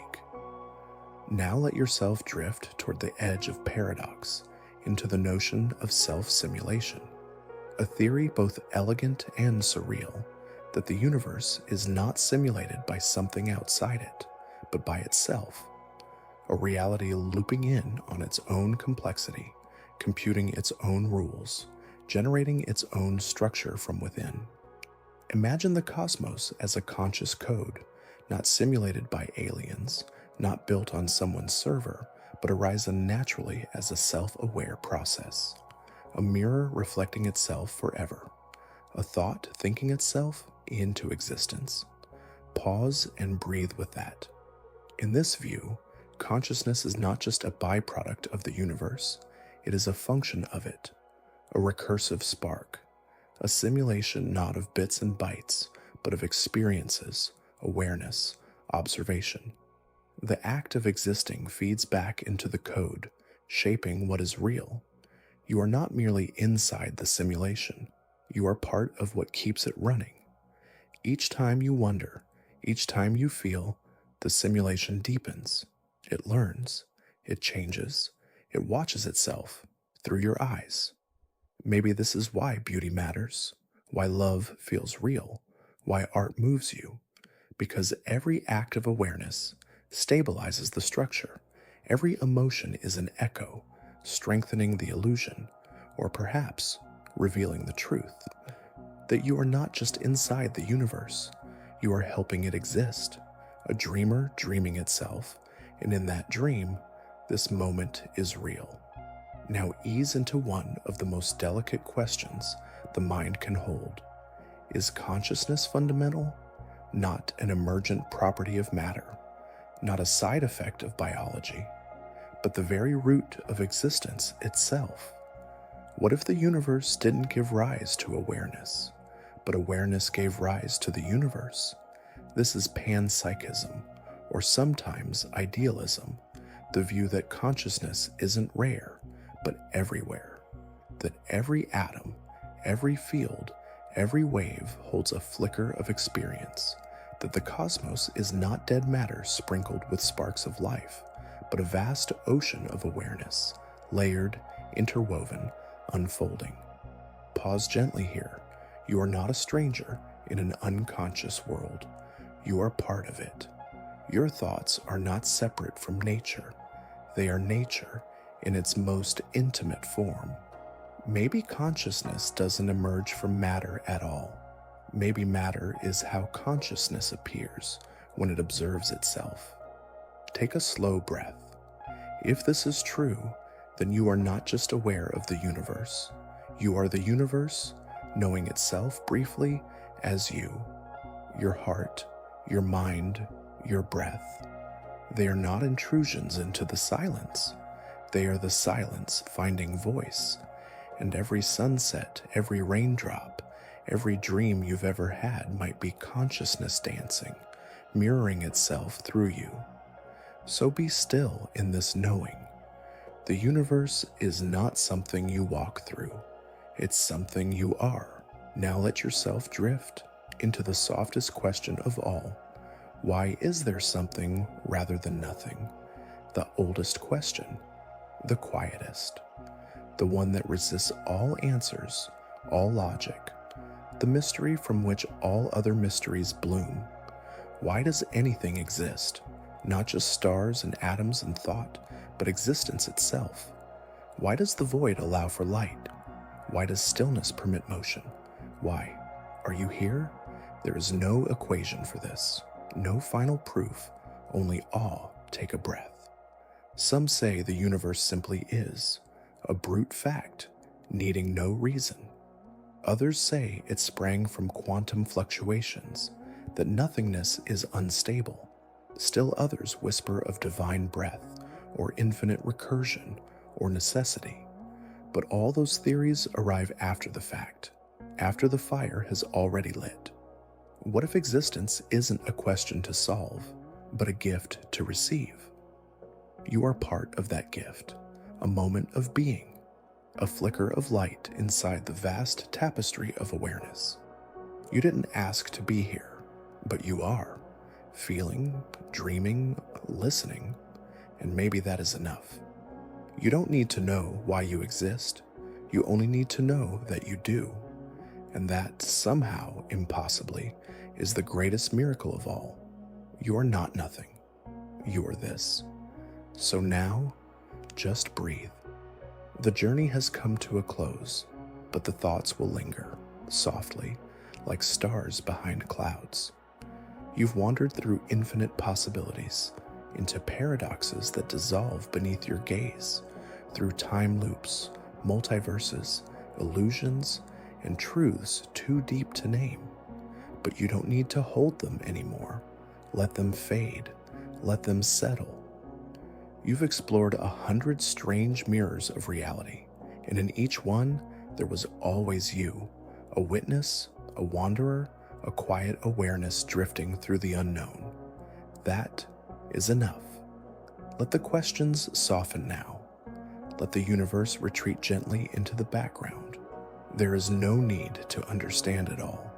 No need to solve or define or prove. Just the quiet knowing that something stirs in the silence and that you are part of it. Rest your thoughts like leaves upon still water. Let your breath slow. Let your body soften into the mattress beneath you. The world no longer needs your attention. You've done enough. You're enough. Outside, the stars go on shining, whether you see them or not. Inside, a deeper stillness begins to open, vast, weightless, eternal. And now, let sleep take you, not as an ending, but as a return, to the soft hum behind reality, to the calm rhythm of breath and night and being. You are safe, you are home, you are everything you ever needed to be, and now, shh, just drift.